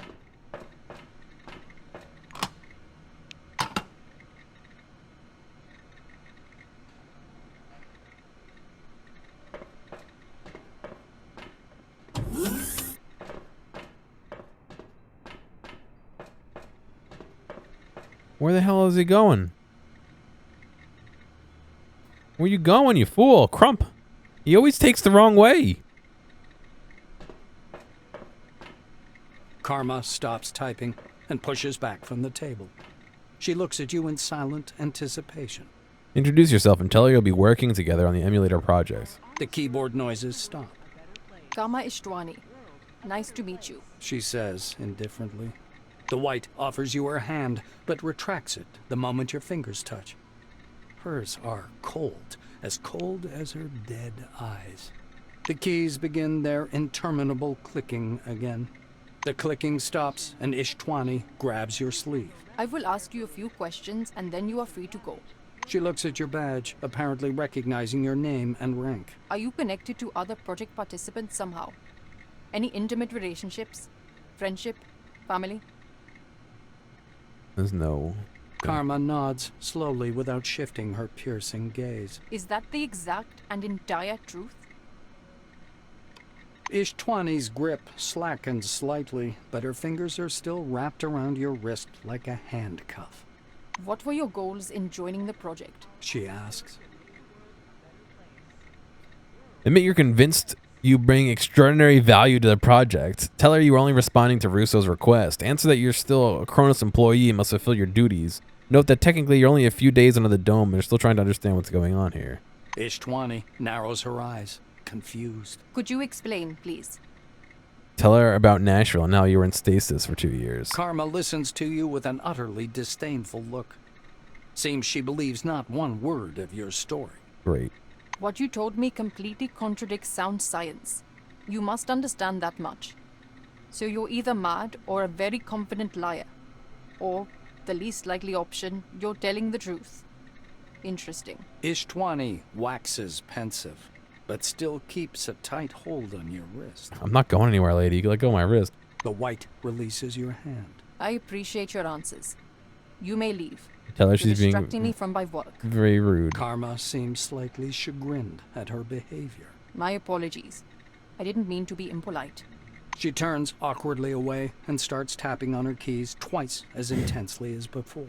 I need drivers for the emulator. Still silent, Karma returns to her computer and resumes tapping away on the keyboard. Repeat your question. The absence of an answer is itself an answer, meaning either no or that I am still thinking about it. Ishtwani speaks through clenched teeth. She does not pause in her typing. She steps away from the table and crosses her arms to rest her hands on their opposite shoulders. You pressuring me won't make the driver appear any sooner, but you can contribute to the common cause. Are you ready to hear how? Then listen. I won't repeat myself. Ishtwani plucks the kairos from your pocket without asking and begins clicking away. I'm uploading the coordinates of the science and engineering team camp. Maelstrom activity in that area is relatively high, but it is still safe. 4 scientists are taking readings on that activity and using the data to build an updated driver. Whoop. Alright, well, thanks. Alright. I'm gonna hit the bathroom, take 5. So I will be back in a few minutes. Alright, welcome back. So, we just learned a lot of stuff. Mainly that we have to find a shit ton of stuff to fix this machine. And do this experiment. Let's see.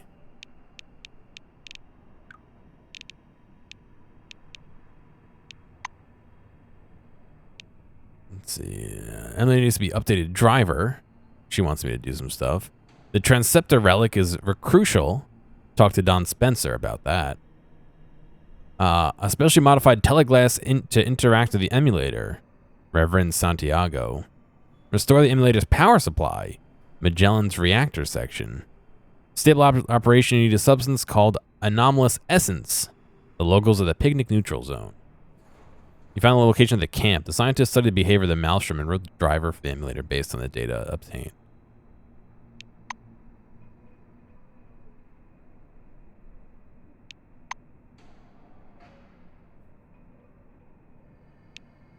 Cool. Let's go talk to some of those guys outside, I guess. We've done everything we can in here.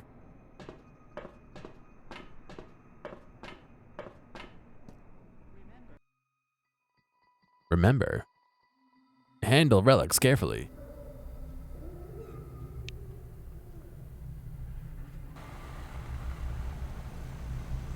Stephen Braun. Glad to meet you. A man in a dirty blue wing overalls cheerfully hoists his empty bottle when he sees you drawing near. Are singular overalls still overalls? Or is it an overall? Is it one pair of overall? One pair of overalls? Or can you not use pair? They're a pair of pants, even though it's one. One overalls? It sounds so dumb. It's one overall. Speaking of overalls, I didn't order any, but I ordered new pants. Fucking $70 a pair of pants, dude. I really like these pants, and they last me a long time, so they're actually cost efficient. But because the previous pairs I was buying were like $30, and I'd go through them in like a month. But he who holds up his empty bowel? What?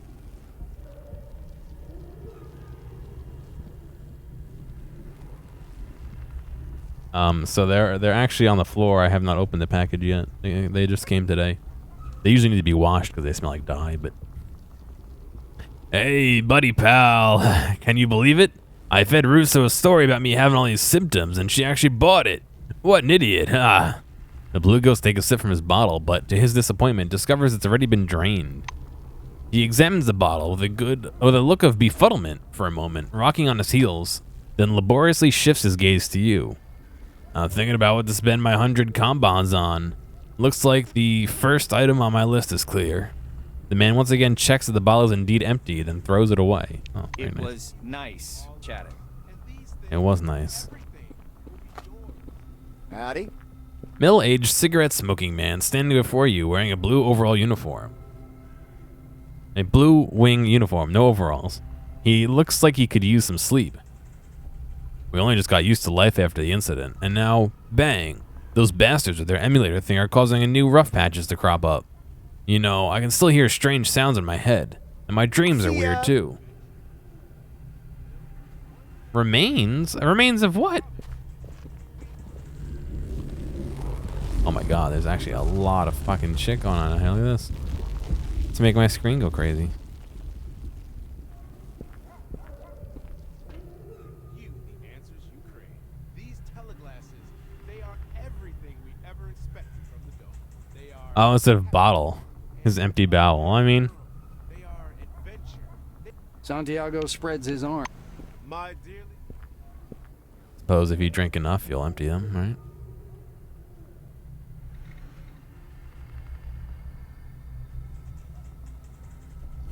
money, adventure, goodwill. One thing every one of us has in common. I will give another unsolicited advertisement here. As much as they're expensive, I do really like Duluth's pants. Specifically the ballroom jeans. Nothing quite gets you prepared for the day like dressing up to go to the ball.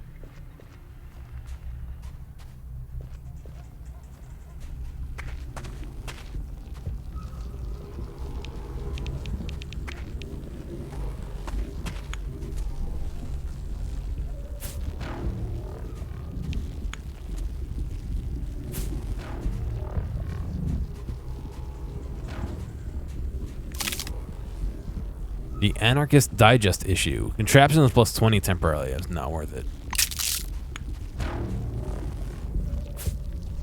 Oh, Jesus, it burns. Oh, dear, it hurts. Fucking impossible. I like how they all just run through it too. Oh, Jesus, it burns. Oh, dear, it hurts so much.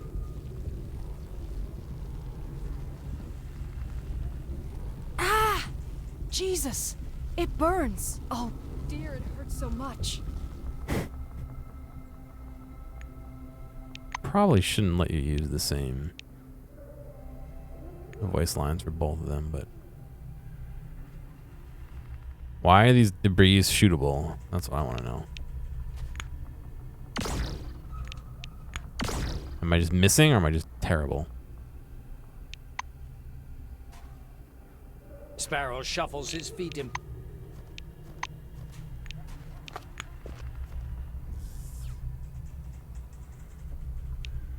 Okay.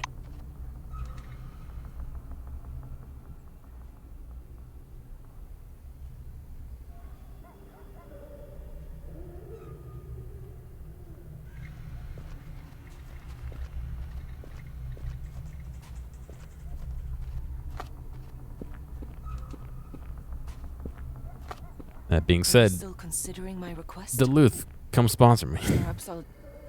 Katarzyna looks imploringly into your eyes. You can see how much everyone makes on Twitch. I obviously need it. Can you help me return to Magellan?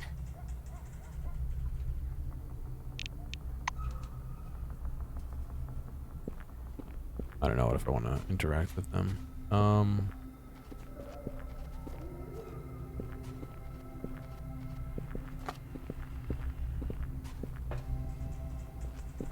He backs away a few steps to the sight of weapons in your hands. Look, could you put that thing away, please? It looks like you're gonna kill me. Nod and hide your weapon. Oh, never do that again, all right? Don Spencer sighs softly, obviously relieved. I forgot to have my weapon Without out. deigning to greet you with as much as a nod, Spencer slowly turns his gaze in your direction. Tell him Russo sent you and you need the relic for the emulator. Spencer is swirling whiskey around in his glass and looking at you. The caravan didn't make it. He says shortly and puffs out a plume of smoke. Ask what that means. It's lost. Spencer peers at you through a piece of ice melting in his glass. Ask him what lost means. The silver takes a long pull at his drink and shrugs. Gone astray. Plundered. Ask him who could have robbed the caravan. Don takes a drag on his cigarette. Fops. Who else? What should I do? He shows you a map of the dome on his communicator screen. Somewhere to the northeast, a tiny triangle is shimmering faintly. Last time they were in touch, it was somewhere around here. And that was it. Spencer puts the communicator away. He steps over to the window, his cigar shedding thick chunks of ash on the floor. I'll send you the coordinates. Go check it out. Yeah, it's always, go talk to this person. This person wants you to do this, do that, do this, do that.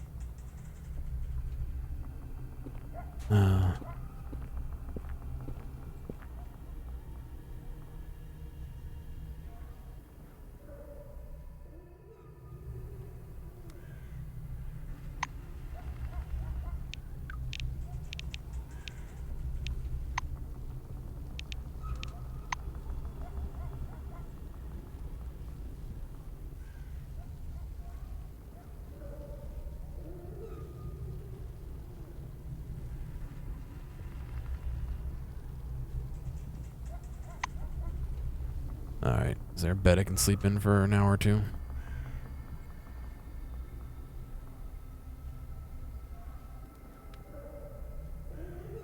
Alright, there's one over here, wasn't there?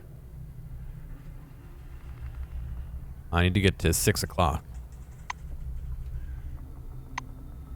It's currently, or I guess, what? 18 o'clock. It'd also be nice to heal. Is it relocked? Lame.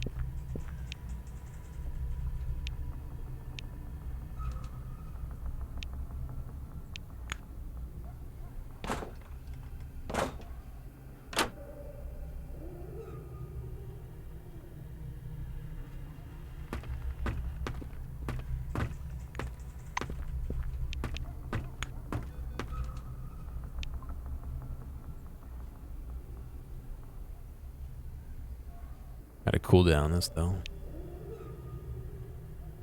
I guess you don't have a cooldown, right?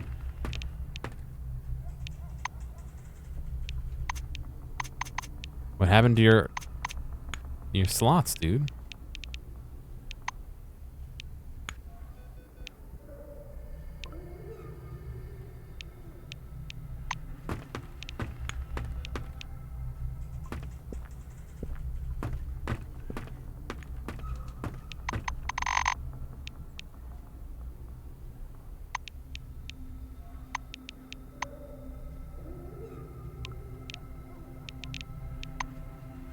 That didn't wear off my fatigue. Okay, good. And the world. And we are all frustrated.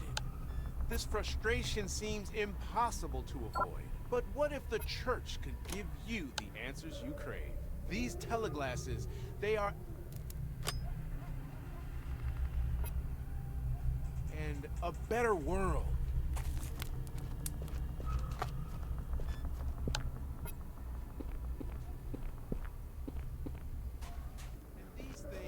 Everything will be yours. Santiago spreads his arms as if to give you a hearty... My dearly beloved All right, people we gotta of wait the 10 dome, minutes because I fucked it up. brothers and sisters, pause and listen and think. What brought you here to this desert? I hate the desert. Nothing. People start gathering around the makeshift stage. Judging by their clothes, some of them came from the city, but most are locals. A handful brought their own glasses, but the majority has none. Apparently, they'll be hearing the sermon for the first time. Santiago is contentedly pacing the length of the stage, wearing his usual grin. Thank you. Thank you all for coming. I do ask that you please forgive the delay. Once my assistants arrive with the equipment for any of you who've come without, we shall begin. Ah, here they are. Lights shimmer behind the sewage gate.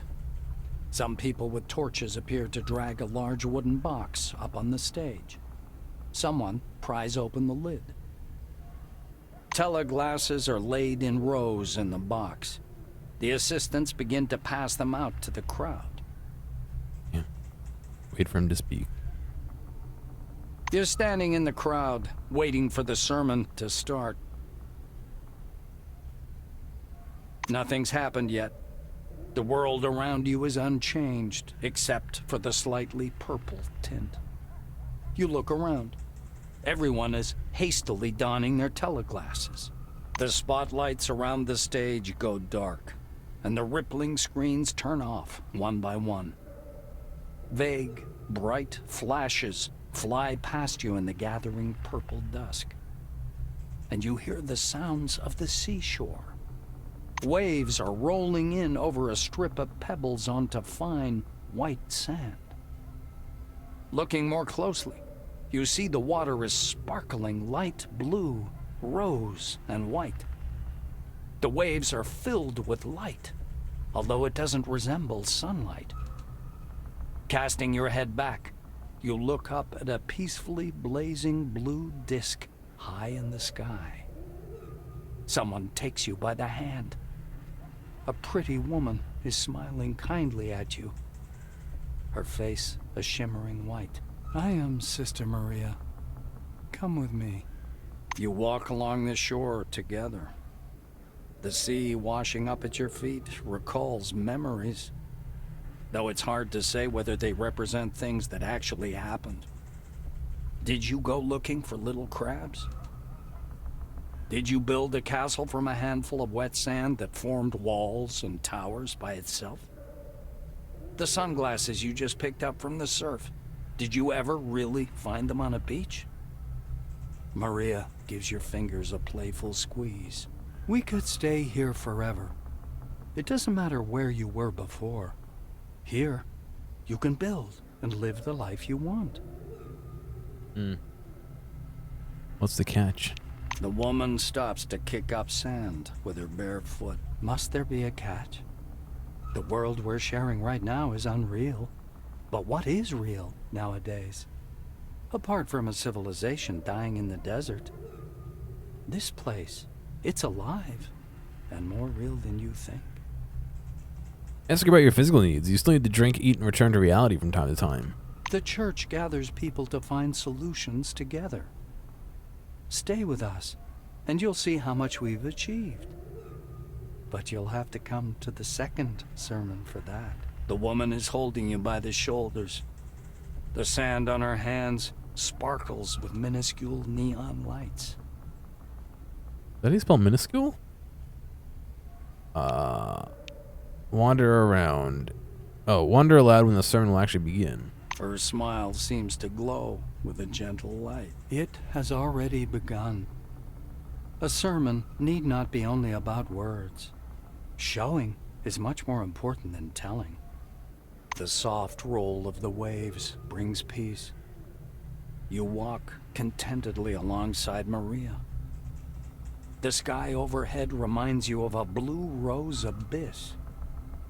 Massive glowing streams rise from the gleaming horizon like flames in slow motion. Your companion slows down a bit. We're almost there. You'll see something soon. She takes a step into the ocean, dragging you after her. When the opening above your head has vanished completely. The water splashes with each step, but doesn't slow you down at all. The dark blue dome above grows ever larger and lighter, as if you're strolling right into the heavens, your feet never leaving the sea. When the opening above your head has vanished completely, you see an enormous arch, lost in the boundless sky. What is this, Halo? A distinct land, dotted with seas, roofs this world. The lights of the settlement on this sky continent shimmer through the gleaming clouds. Maria turns to you. We'll stop here. That faraway world can be yours. The church is willing to give it to each of us. All we need to do is take a step forward. I will be waiting here for your return. Before you have a chance to respond, the space around you begins to fall apart. Everything decays into a grid of glowing lines which rapidly blink off, one by one. You rip the glasses off your head. Water's sloshing in your boots and the ground around your feet is wet. A novitiate standing by the stage is holding a fire hose. Oh, what a dick. He closes the nozzle and drags it away. Then the lanterns all come on again, illuminating the stage where Santiago's standing, arms thrown up. Thank you for coming, everyone. Maria and I will be waiting for you at our next sermon. He sprayed me with water or my phone's gonna be broken. Seeing you, Santiago's smile broadens. How did you like the sermon? It was well worth your time, right? Answer that it was both enjoyable and fascinating. Confess that you were not impressed. Say that it was disgusting and whoever put on this secretarian shit show deserves death. Say that you've come from Henrietta Russo and you need teleglasses for the emulator. The Reverend continues to smile, but his eyes are moving behind the black glasses. Santiago is examining you closely. What's going on, Pseudo? You alright? He pulls a massive pair of teleglasses wrapped in wires from his pocket. I watched you during the sermon. I'm not surprised that Henrietta chose you. Her instinct for people with potential has always amazed me. Santiago hands you the device. Here, say hello to Henrietta for me. My dearly beloved people of You have two feelings? Okay. brothers Well, and sisters, pause. that's and a lot better than listen none, right? and think. What brought you here to this desert? Was it money?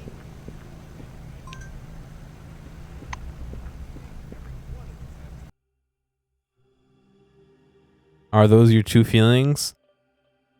Ha ba ba ba and ha ba ba ba ba.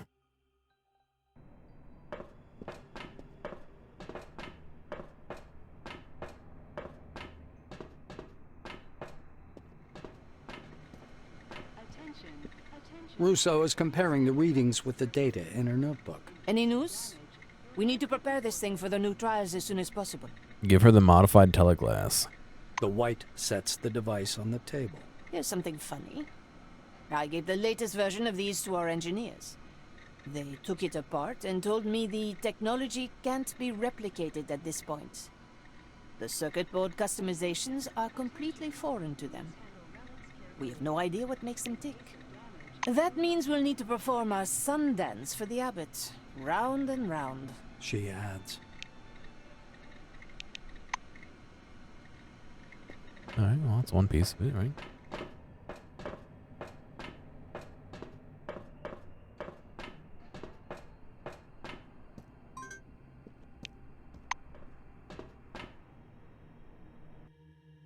I kind of wish it would just auto-wait for them to get here, but okay. I guess maybe if they're, like, incapacitated or something, they won't follow you.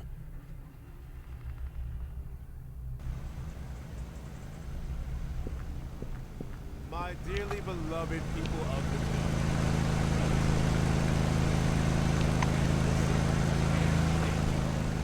what brought you here to this desert? Was it money? Adventure? Will? One thing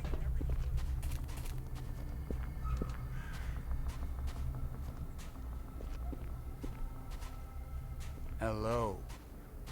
The man before you looks like a former black winger. His uniform is dirty and torn. He reeks of alcohol. He salutes you. Good health to you. Ask him about the city.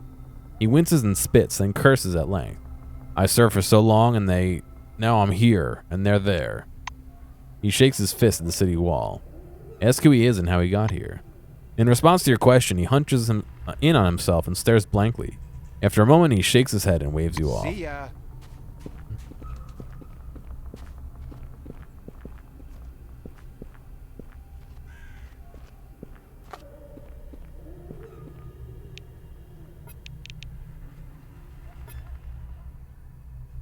Because it's time to move. Soon Junktown will be packed tight.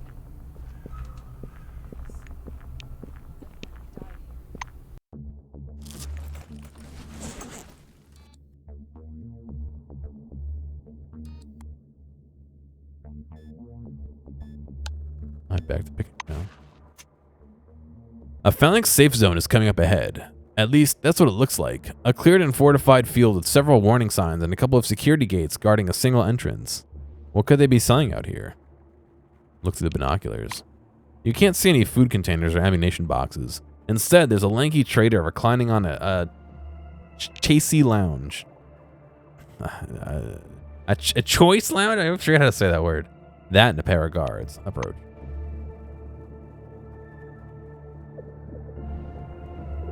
A chasey lounge, yeah.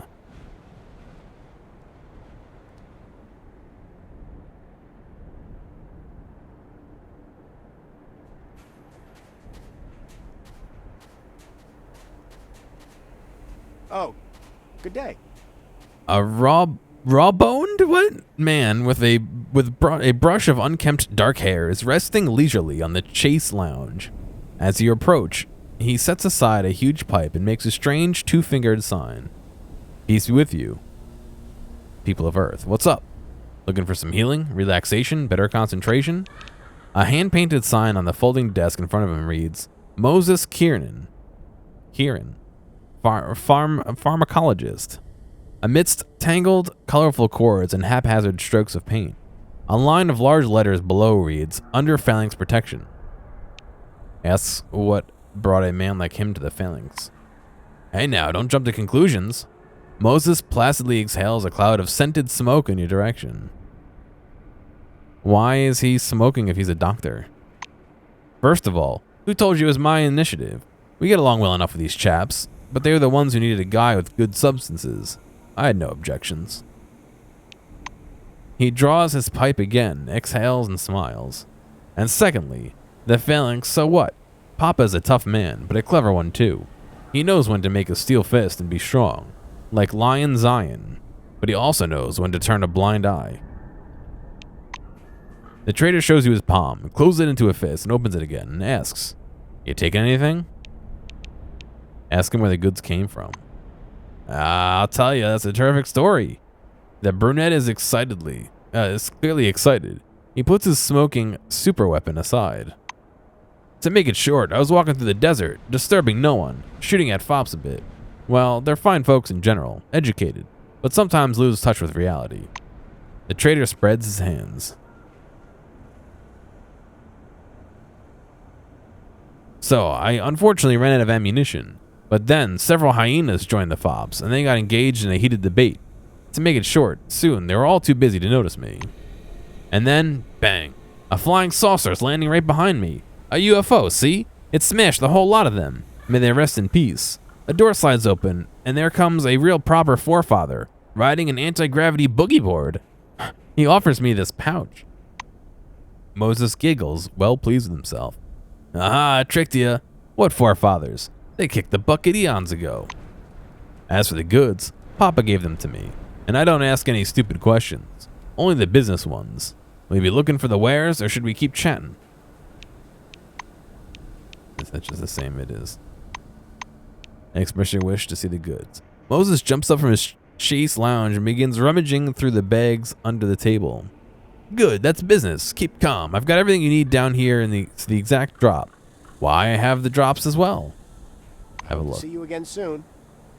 900 combons. Resuscitation kit. Reagent box.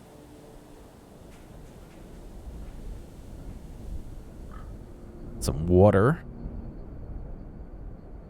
Water.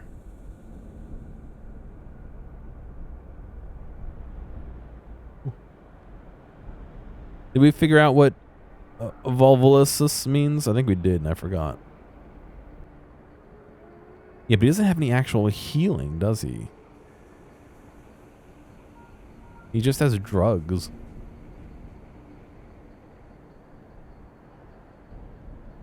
Wasted for 1,200 turns. Oh, God.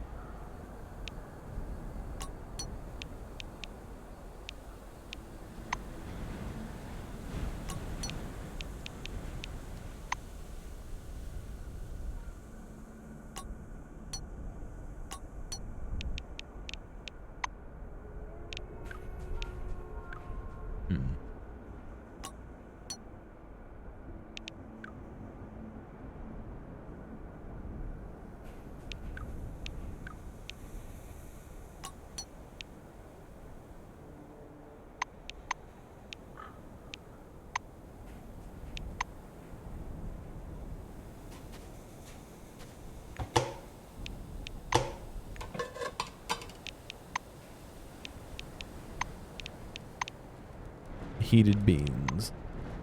Heated hams. Boiled whopper eye.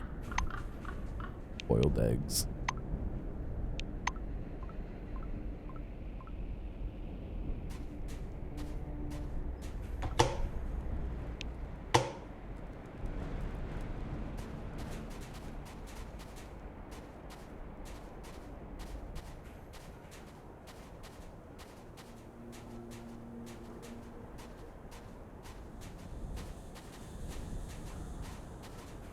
I wish there's a little bit more music sometimes. Not volume wise, but stuff going on. Like it's very background, which is cool, but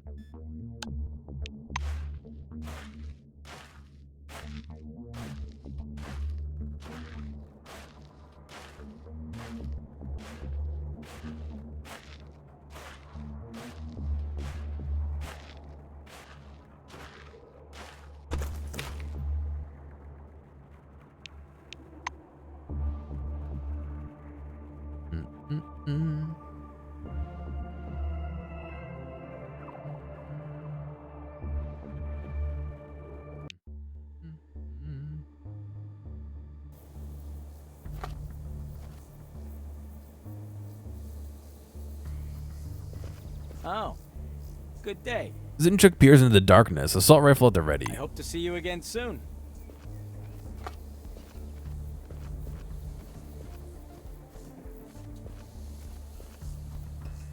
Audrey puts down the cup. You seem to like it here.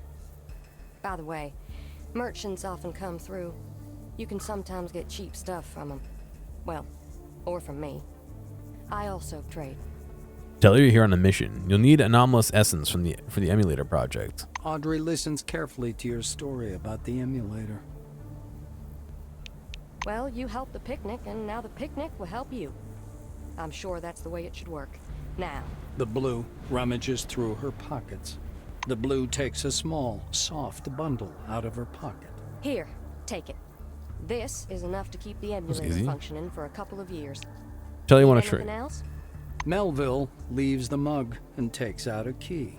Let me open the workshop and I'll show you what I've got.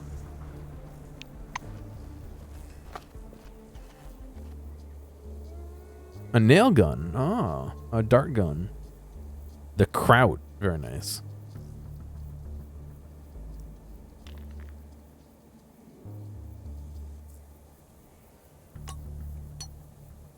$160 for some pulled pork, man.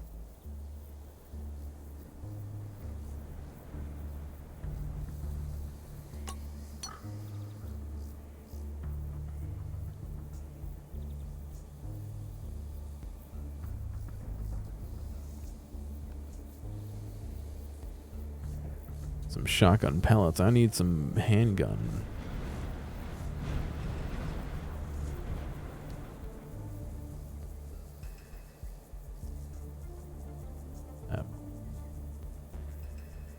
Does she still not have any? Maybe not.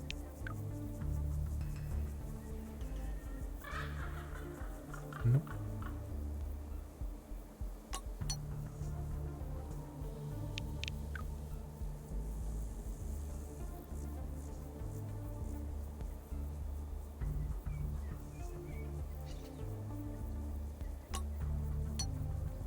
Mm-mm.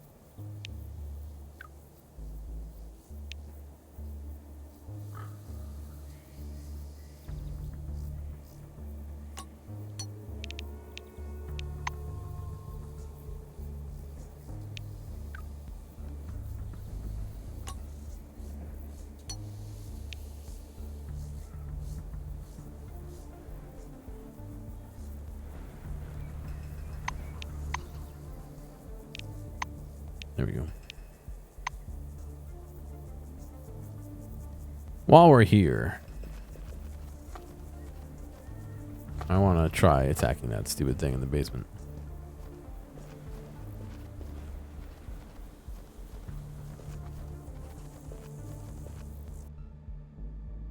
Now that we have 3 people, maybe we can make some work of it.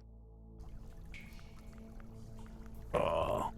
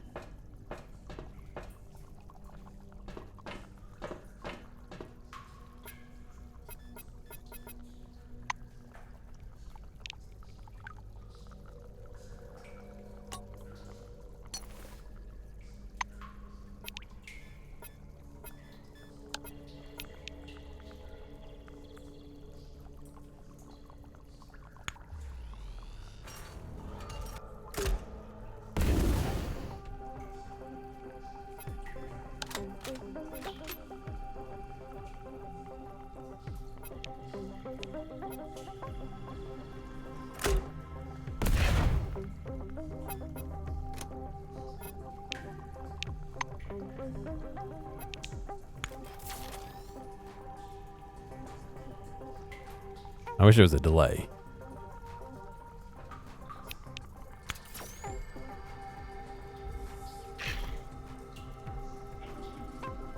I still can barely even heard it.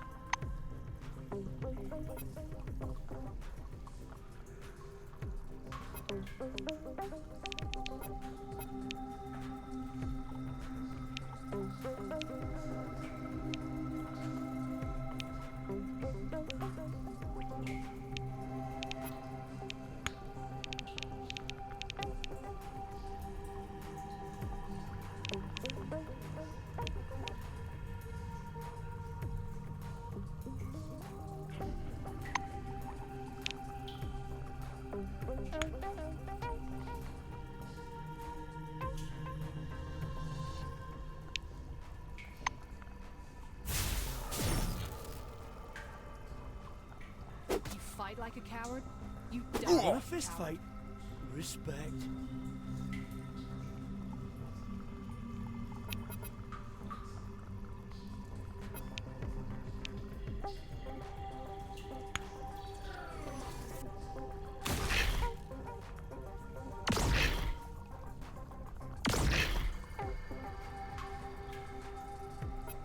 Wow, that's doing like no damage at all.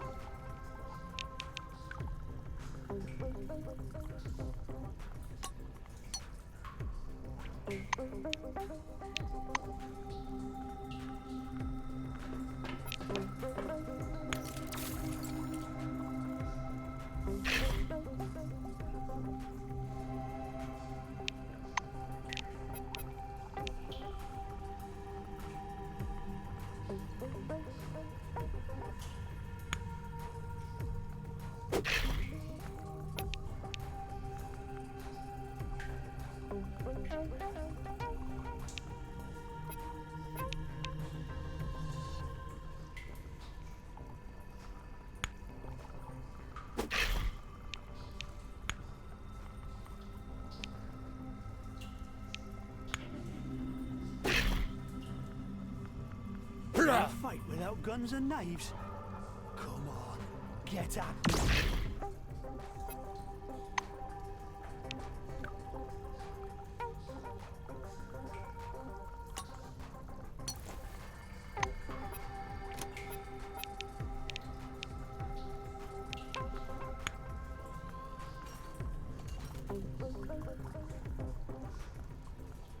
Oh, 6.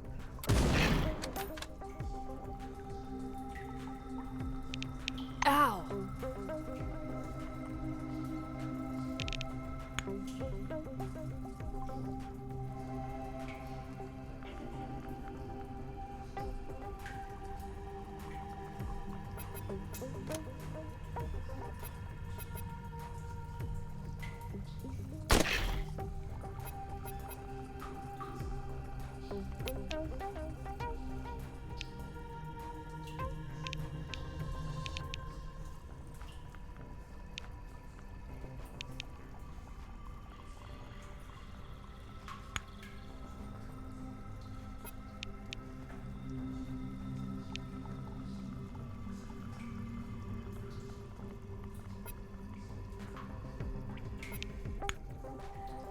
How much fatigue is that? 100? That's not even worth it.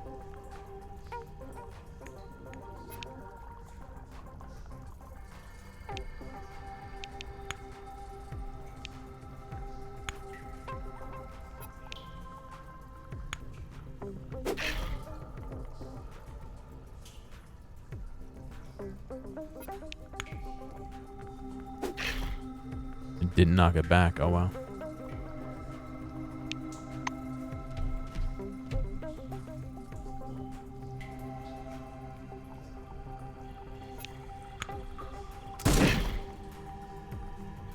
Wow, it's not even worth using fucking weapons on him because it's supposed to be such a waste.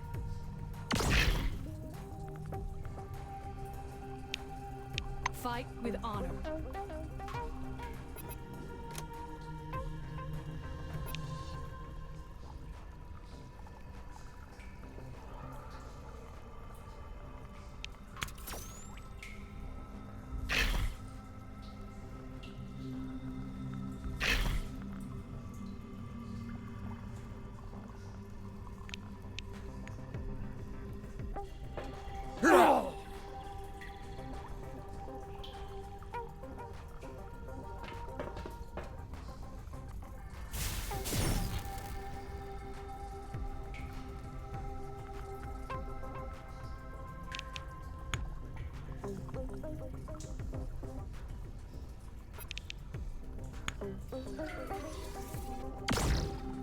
Good.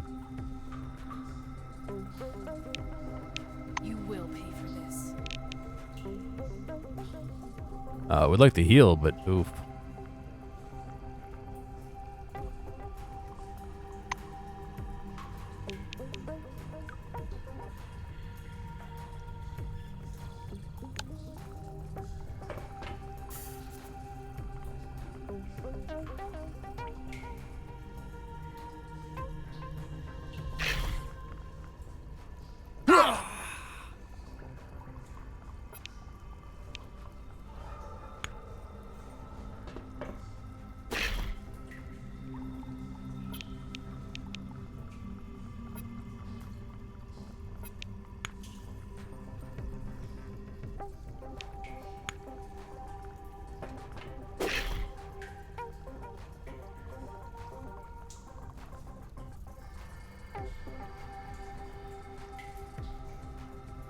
You feel terrible? Why? What'd you do? I forgive you.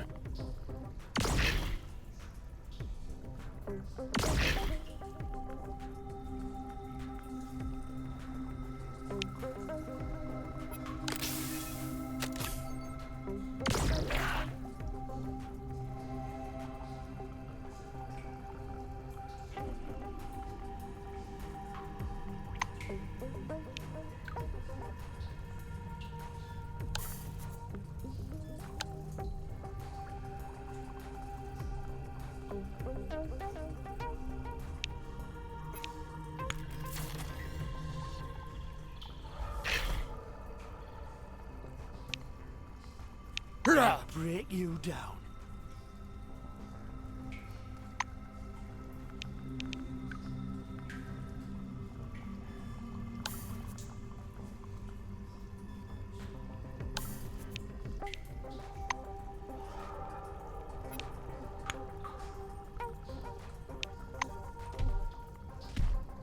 Ah, he's not hurt. That's not good.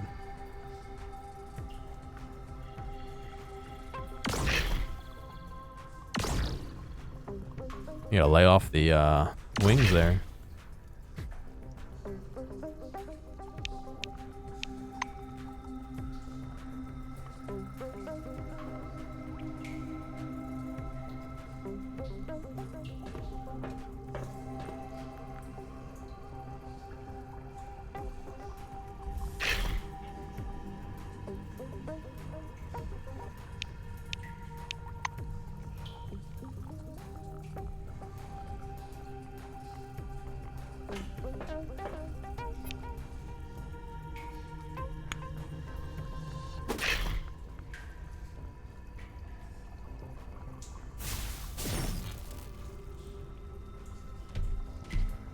Get some ginger ale. Yeah, get some ginger ale and some Pepto-Bismol.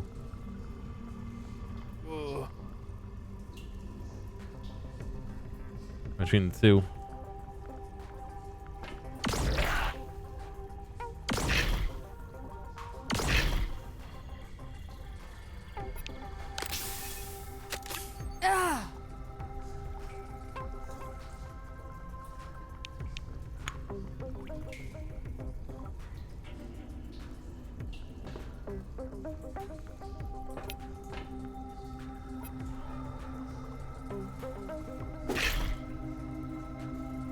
For a fist fight?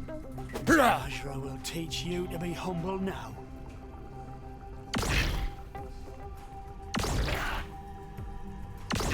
And while you're out, you get some wings.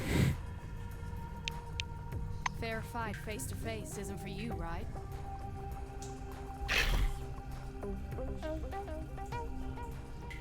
He's got 1 health left.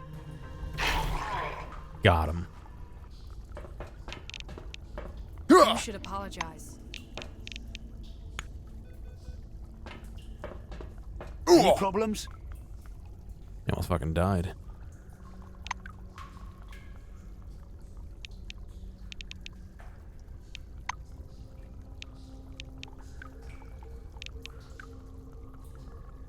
I don't know how to put them out while they're on fire, like.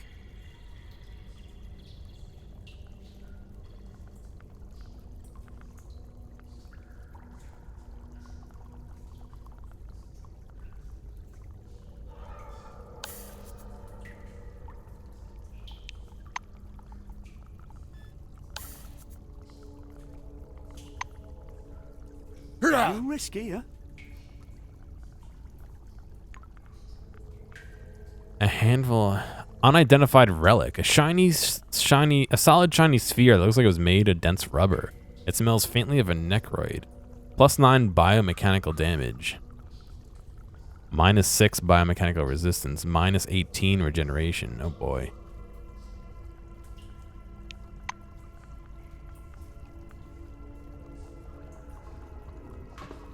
And the rat has rat parts.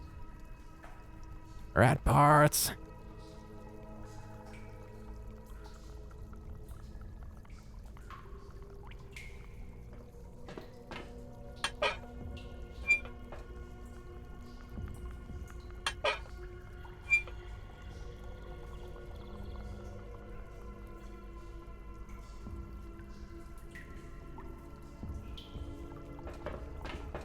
Why?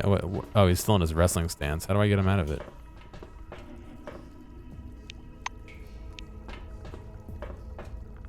I think he just stays there. He's 11 seconds left. All right, he'll break out of it on his own.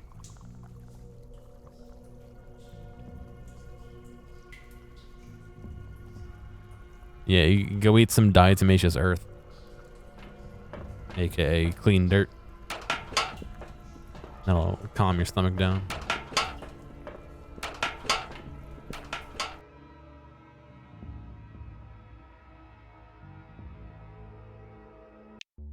Yeah, chalk too. I mean, 6.5 in one hand doesn't either.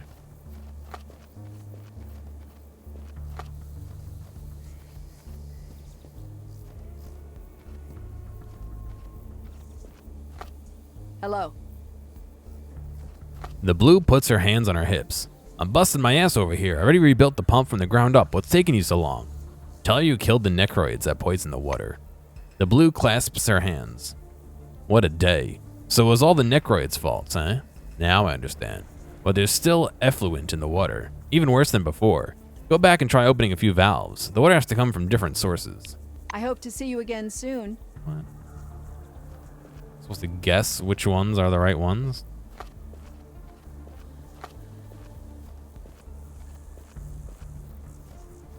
You look up the hanging structure, the rusty girder sticking out of it. Muscle 4, deftness 6 rope. Sure. You toss the loop of rope over the beam and tighten it. And you give it a sharp tug to ensure it will hold your weight. Nice. What is up here?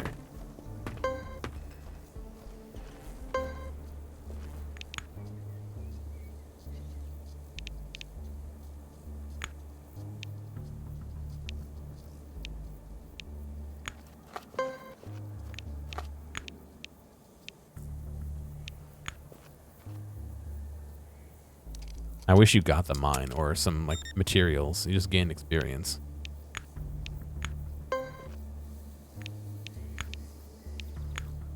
Give me a mine or even better, a grenade out of it or something, you know? Even if it's one of those improvised grenades or the parts to make improvised grenades, you know, like.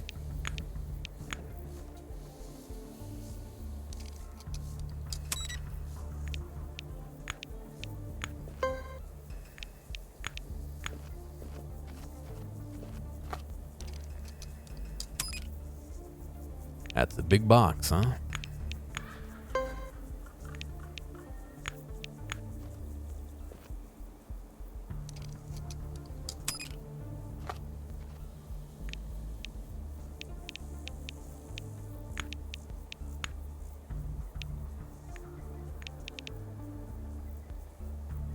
Dang it. We're at 90 out of 100 again.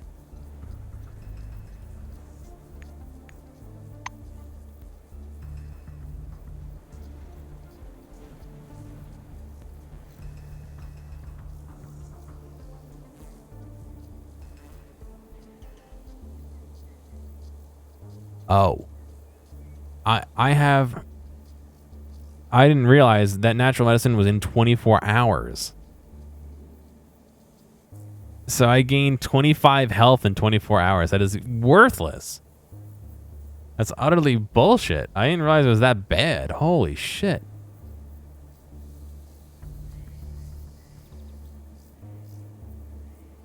That makes it not worth it 100%.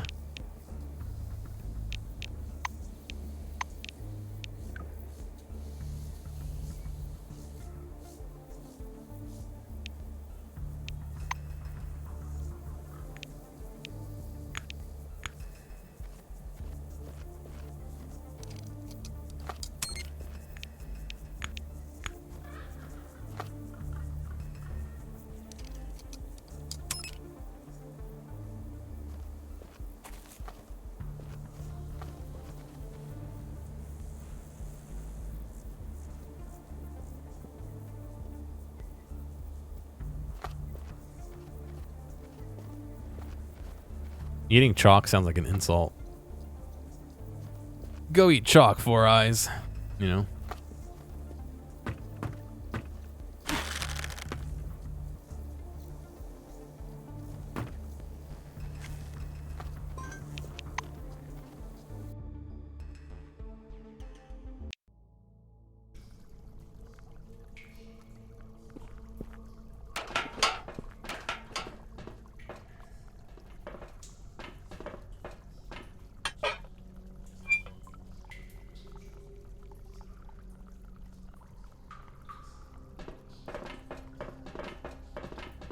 Give someone the heart valentine. Yeah, right? Those are basically just chalk with sugar in them.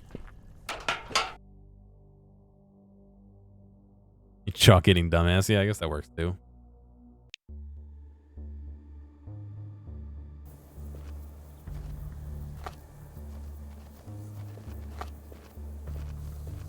What is it, 9 o'clock? Oh boy.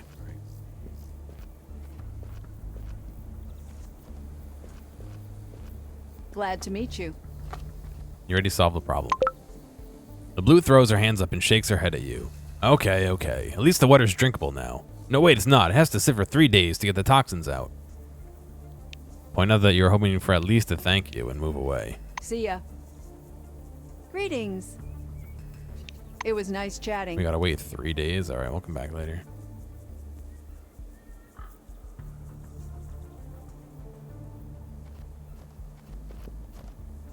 You like the candy hearts / Necco wafers? I'm not a huge fan, but I'm not gonna be like, I don't eat them.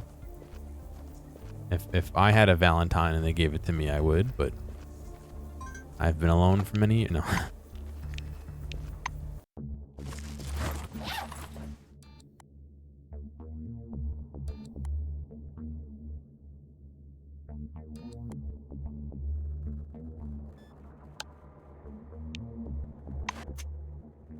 A car sits half buried in the sand by the side of the road.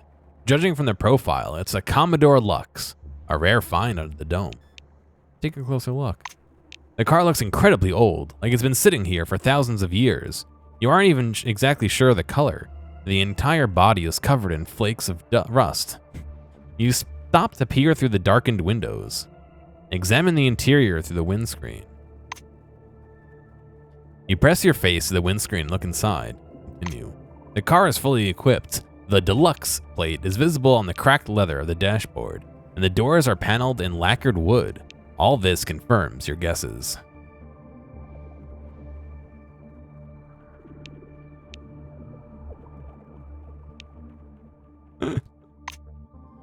I mean, I don't think it's the worst thing in the world, but I'm not like, I don't go out and buy them for myself.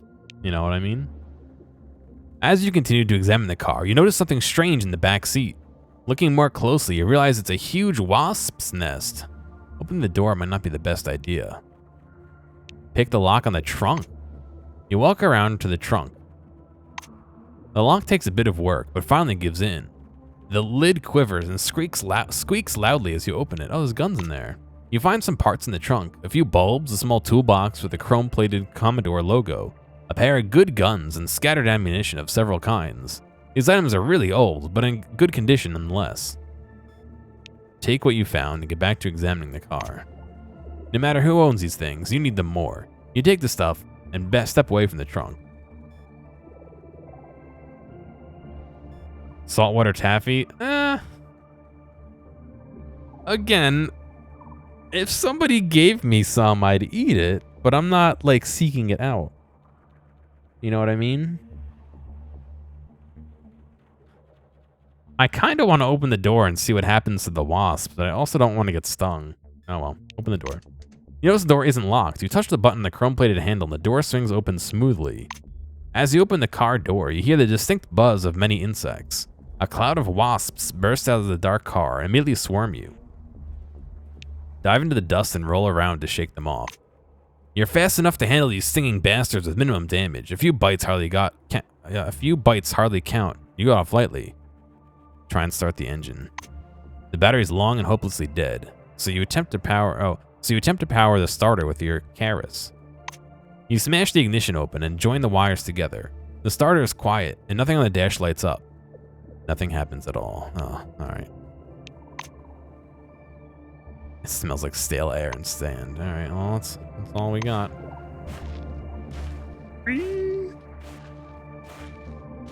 I have to, like, prep to save scum. I have to save somewhere before I can do that. You know what I mean? There's an abandoned bunker up ahead with damp, sagging ceilings, dim writing on the walls, and dusty floors showing many footprints. Some of the footprints are quite fresh. Following one of these trails, you find yourself at the mouth of a collapsed corridor. Deep inside, you see a group of swarming figures, barely visible in the half-light. Look through the binoculars. You raise the binoculars to your eyes. The crumbling concrete walls swim a bit, but the figures flickering in the gap between them grow closer, all clearer. You see some people almost look like bandits, judging by their clothes. Hug the ground and wait.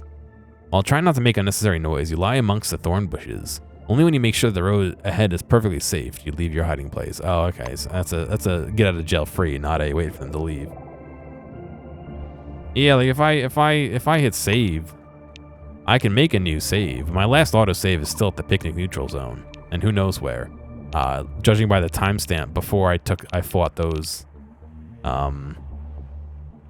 guys in the sewers, or maybe right afterward. Yeah, actually, right afterward.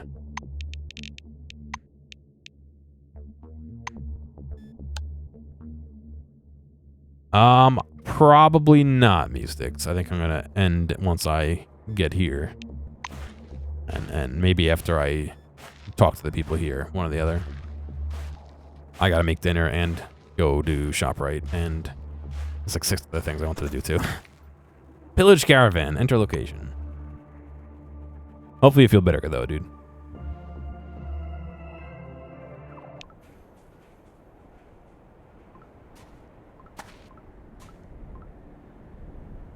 Handgun springs, Raven handgun.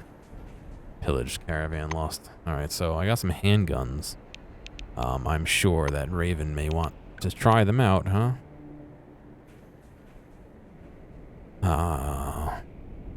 Is this Raven? No. This is... Oh, Raven for Sparrow. It has a smaller magazine size. And a half... or smaller crit modifier. And a higher jam chance. But the normal damage is quite a bit better.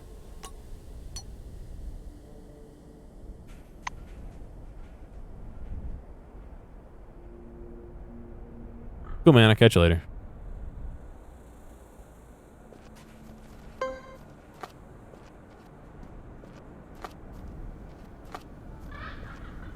Is there a way to like stop them from following you?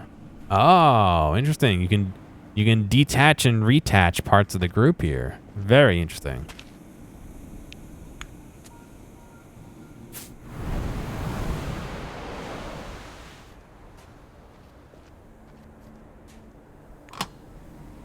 A new gun. Ooh. Ooh, it's much better than what I have. An immobilizing grenade and a Mr. Harvey gun cleaning kit. Very nice.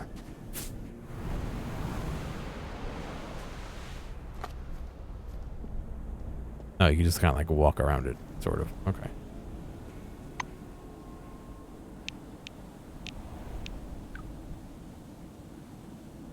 Is this a roadside picnic like? I'm not sure what you mean by that. This is just a better damage. It's the same. Oh, it's the same weapon. Yeah, Princess. It's just the better version of it. Okay.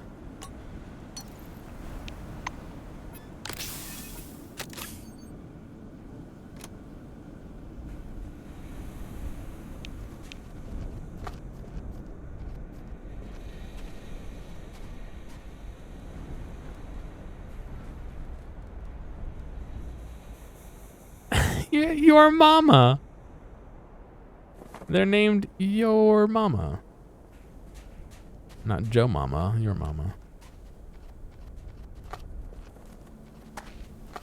Well, he didn't attack me, so hopefully that's good.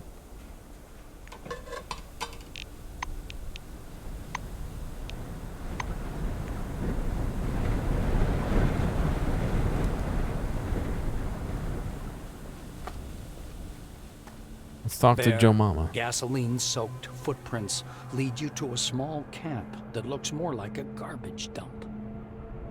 A pair of cargo containers, apparently stolen from a caravan, have been turned upside down and transformed into huts with canopies. Some dirty, odd-looking vagabonds resembling fops are hanging around. A hefty guy with a flamethrower walks over with long strides. The rest follow him, one of the tramps galloping on all fours. Look at him, what a weirdo. If he comes so close, you're forced to take a couple of steps back. A wave of heat is washing off the fop, either from him or the red-hot barrel of the flamethrower. A bright red sack with slits for eyes covers his head. A green tail sticks out from the top of the mask. Like a pepper. I'm Pepper, yo, and we like to light it up. And so will you, if you want to live. Yo. He adds, weightily. The slit's gaze is unfriendly. All right, Jesse Pinkman. Crump clenches his fists and takes a threatening step forward. Hey, watch your mouth. Start threatening me, and I'll remind you of your place. I'll have conviction of 20. Don't hold him back, come what may. Pepper mutters, "The fuck," in an undertone, and his flamethrower's pilot light comes to life. With a furious cry, the orange rushes into the fray. Well, shit, why are they all back there?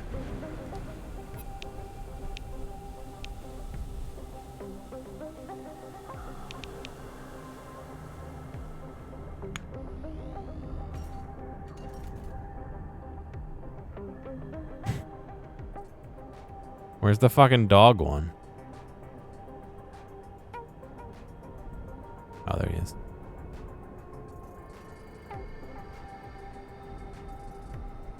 You scum.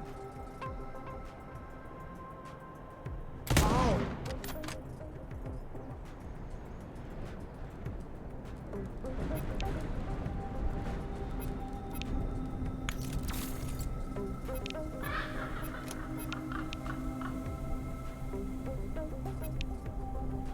dance. Wow.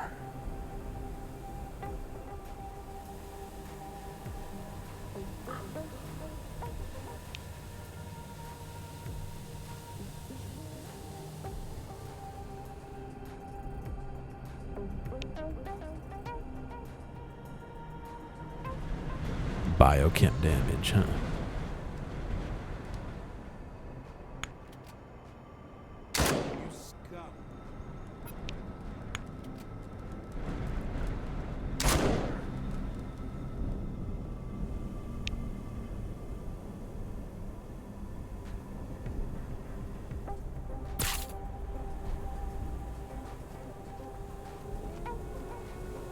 Oh my god.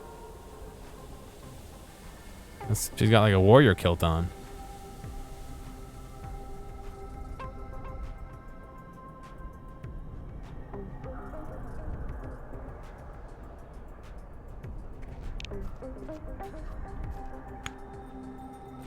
What are you distracted by? Oh, they're distracted because she's so ugly. Oh my god. Hilarious. Oh wait, it says I have one action point. One action point. Oh, you can't attack on a diagonal? Oh, that's so fucking dumb.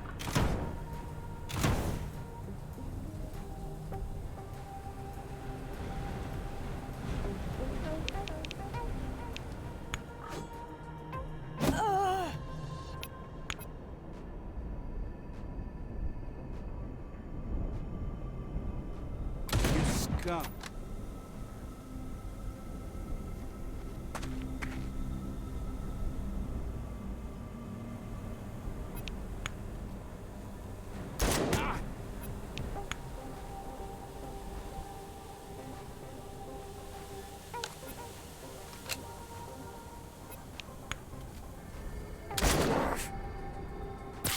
You give, you receive. Why does she want to come talk to him so badly?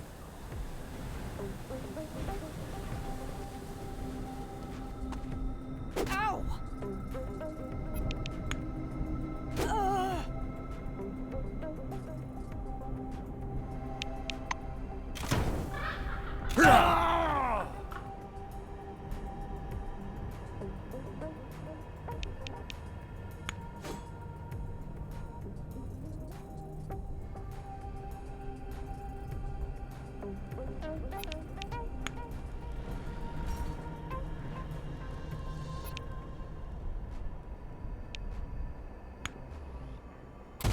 Dead asshole.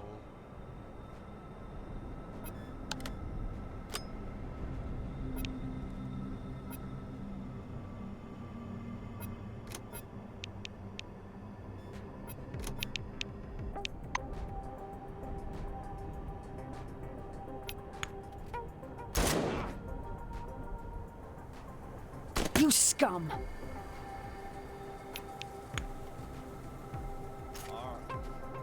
What happened? Did he not attack him? Oh good.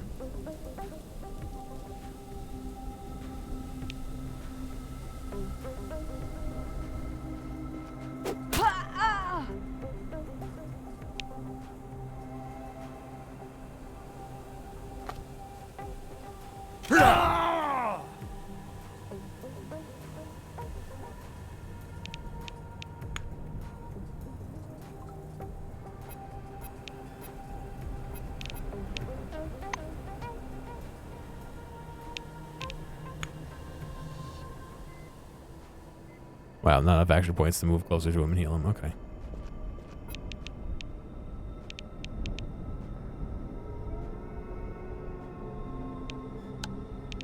Oh, his gun jam. That's why I couldn't shoot him last turn. I see. Break you down. It would be ideal for him to get healed. Oh, damn it.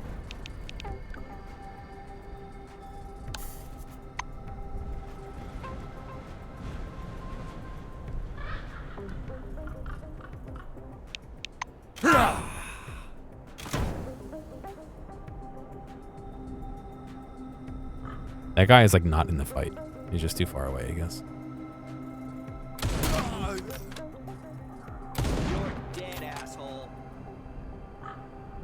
Suspect something, yeah, I imagine.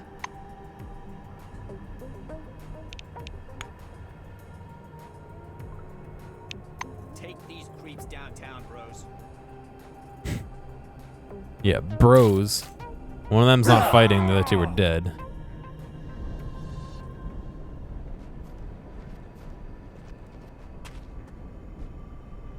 Oh, there he is. He stood up for the fight now. Look at that.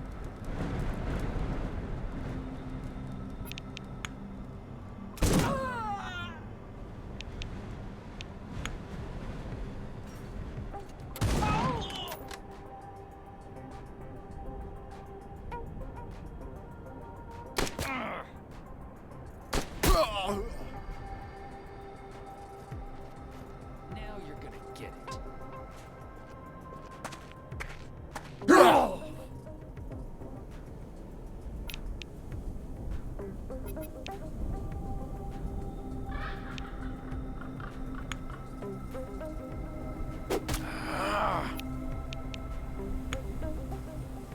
You're dead, asshole.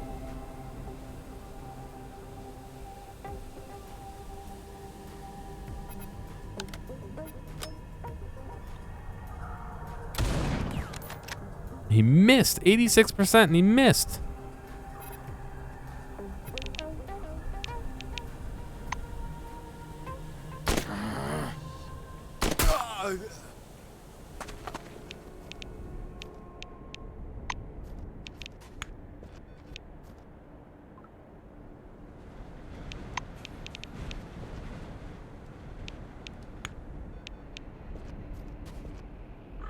Wow, he's getting really tired. I need to have him take a nap.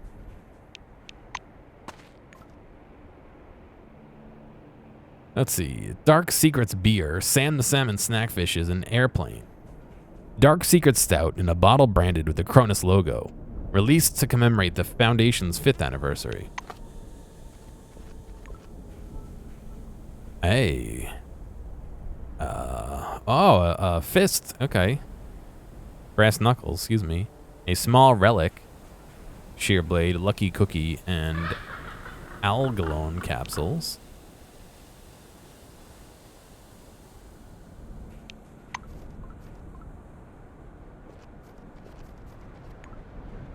Lockpick.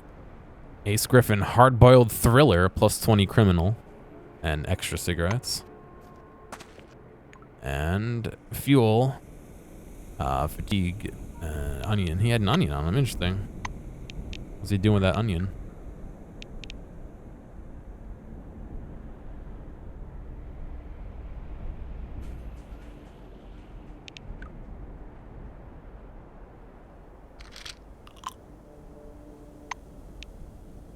Wow. It must cost a lot of fatigue to heal people with that heal command.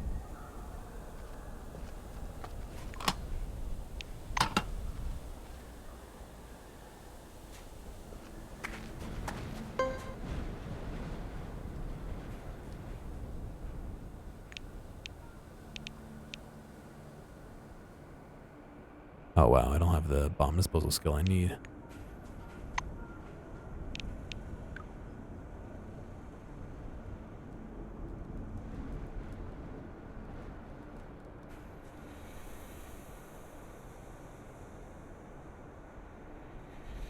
Contraptions, I think, is what I need, right?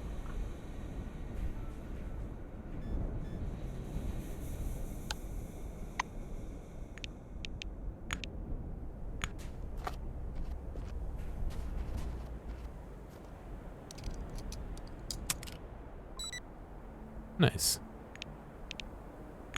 And it's locked. Beat the shit out of it. A pulsar. High-tech weapon penetrator. I wonder how it compares to my secondary weapon. I wish it would show the secondary weapon too. Halo 5, a throwing weapon. Electronics repair kit. Alright, alright. Nice. Alright, inventory. We'll do that. We'll go over to weapons. It is better. Ooh. Higher crit mod. Lower magazine size. Ooh. A better range, though. Do that. And we'll swap over to him. He does not have a good secondary. I'll pop this as a secondary. 42. Yeah, arguably better than Vajra. In some degree.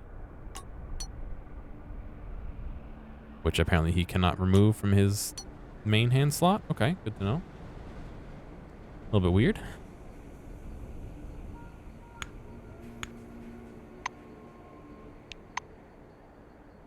All right. A pile of stones.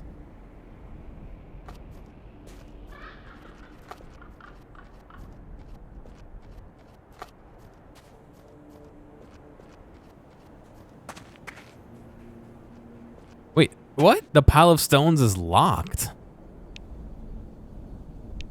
I have to jam the fucking pile of stones open?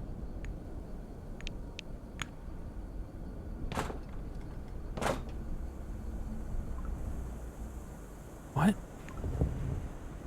A pile of crystals. Alright. I guess I broke the stone open and grabbed some crystals out of it. Cool. That's going to be it for me today. We advanced the story, I think, a fair bit today, which I think is kind of good. My hope is tomorrow to do a bit more Keep Talking. Technically, I only have to do 1 or 2 streams of that for the sponsored thing, but I'm gonna play it through. Like I said, it was something I wanted to play anyway, so I don't feel bad playing more of it because I want to play it. So, but until then, thank you guys for watching, and hopefully I see you soon. You guys have a good one.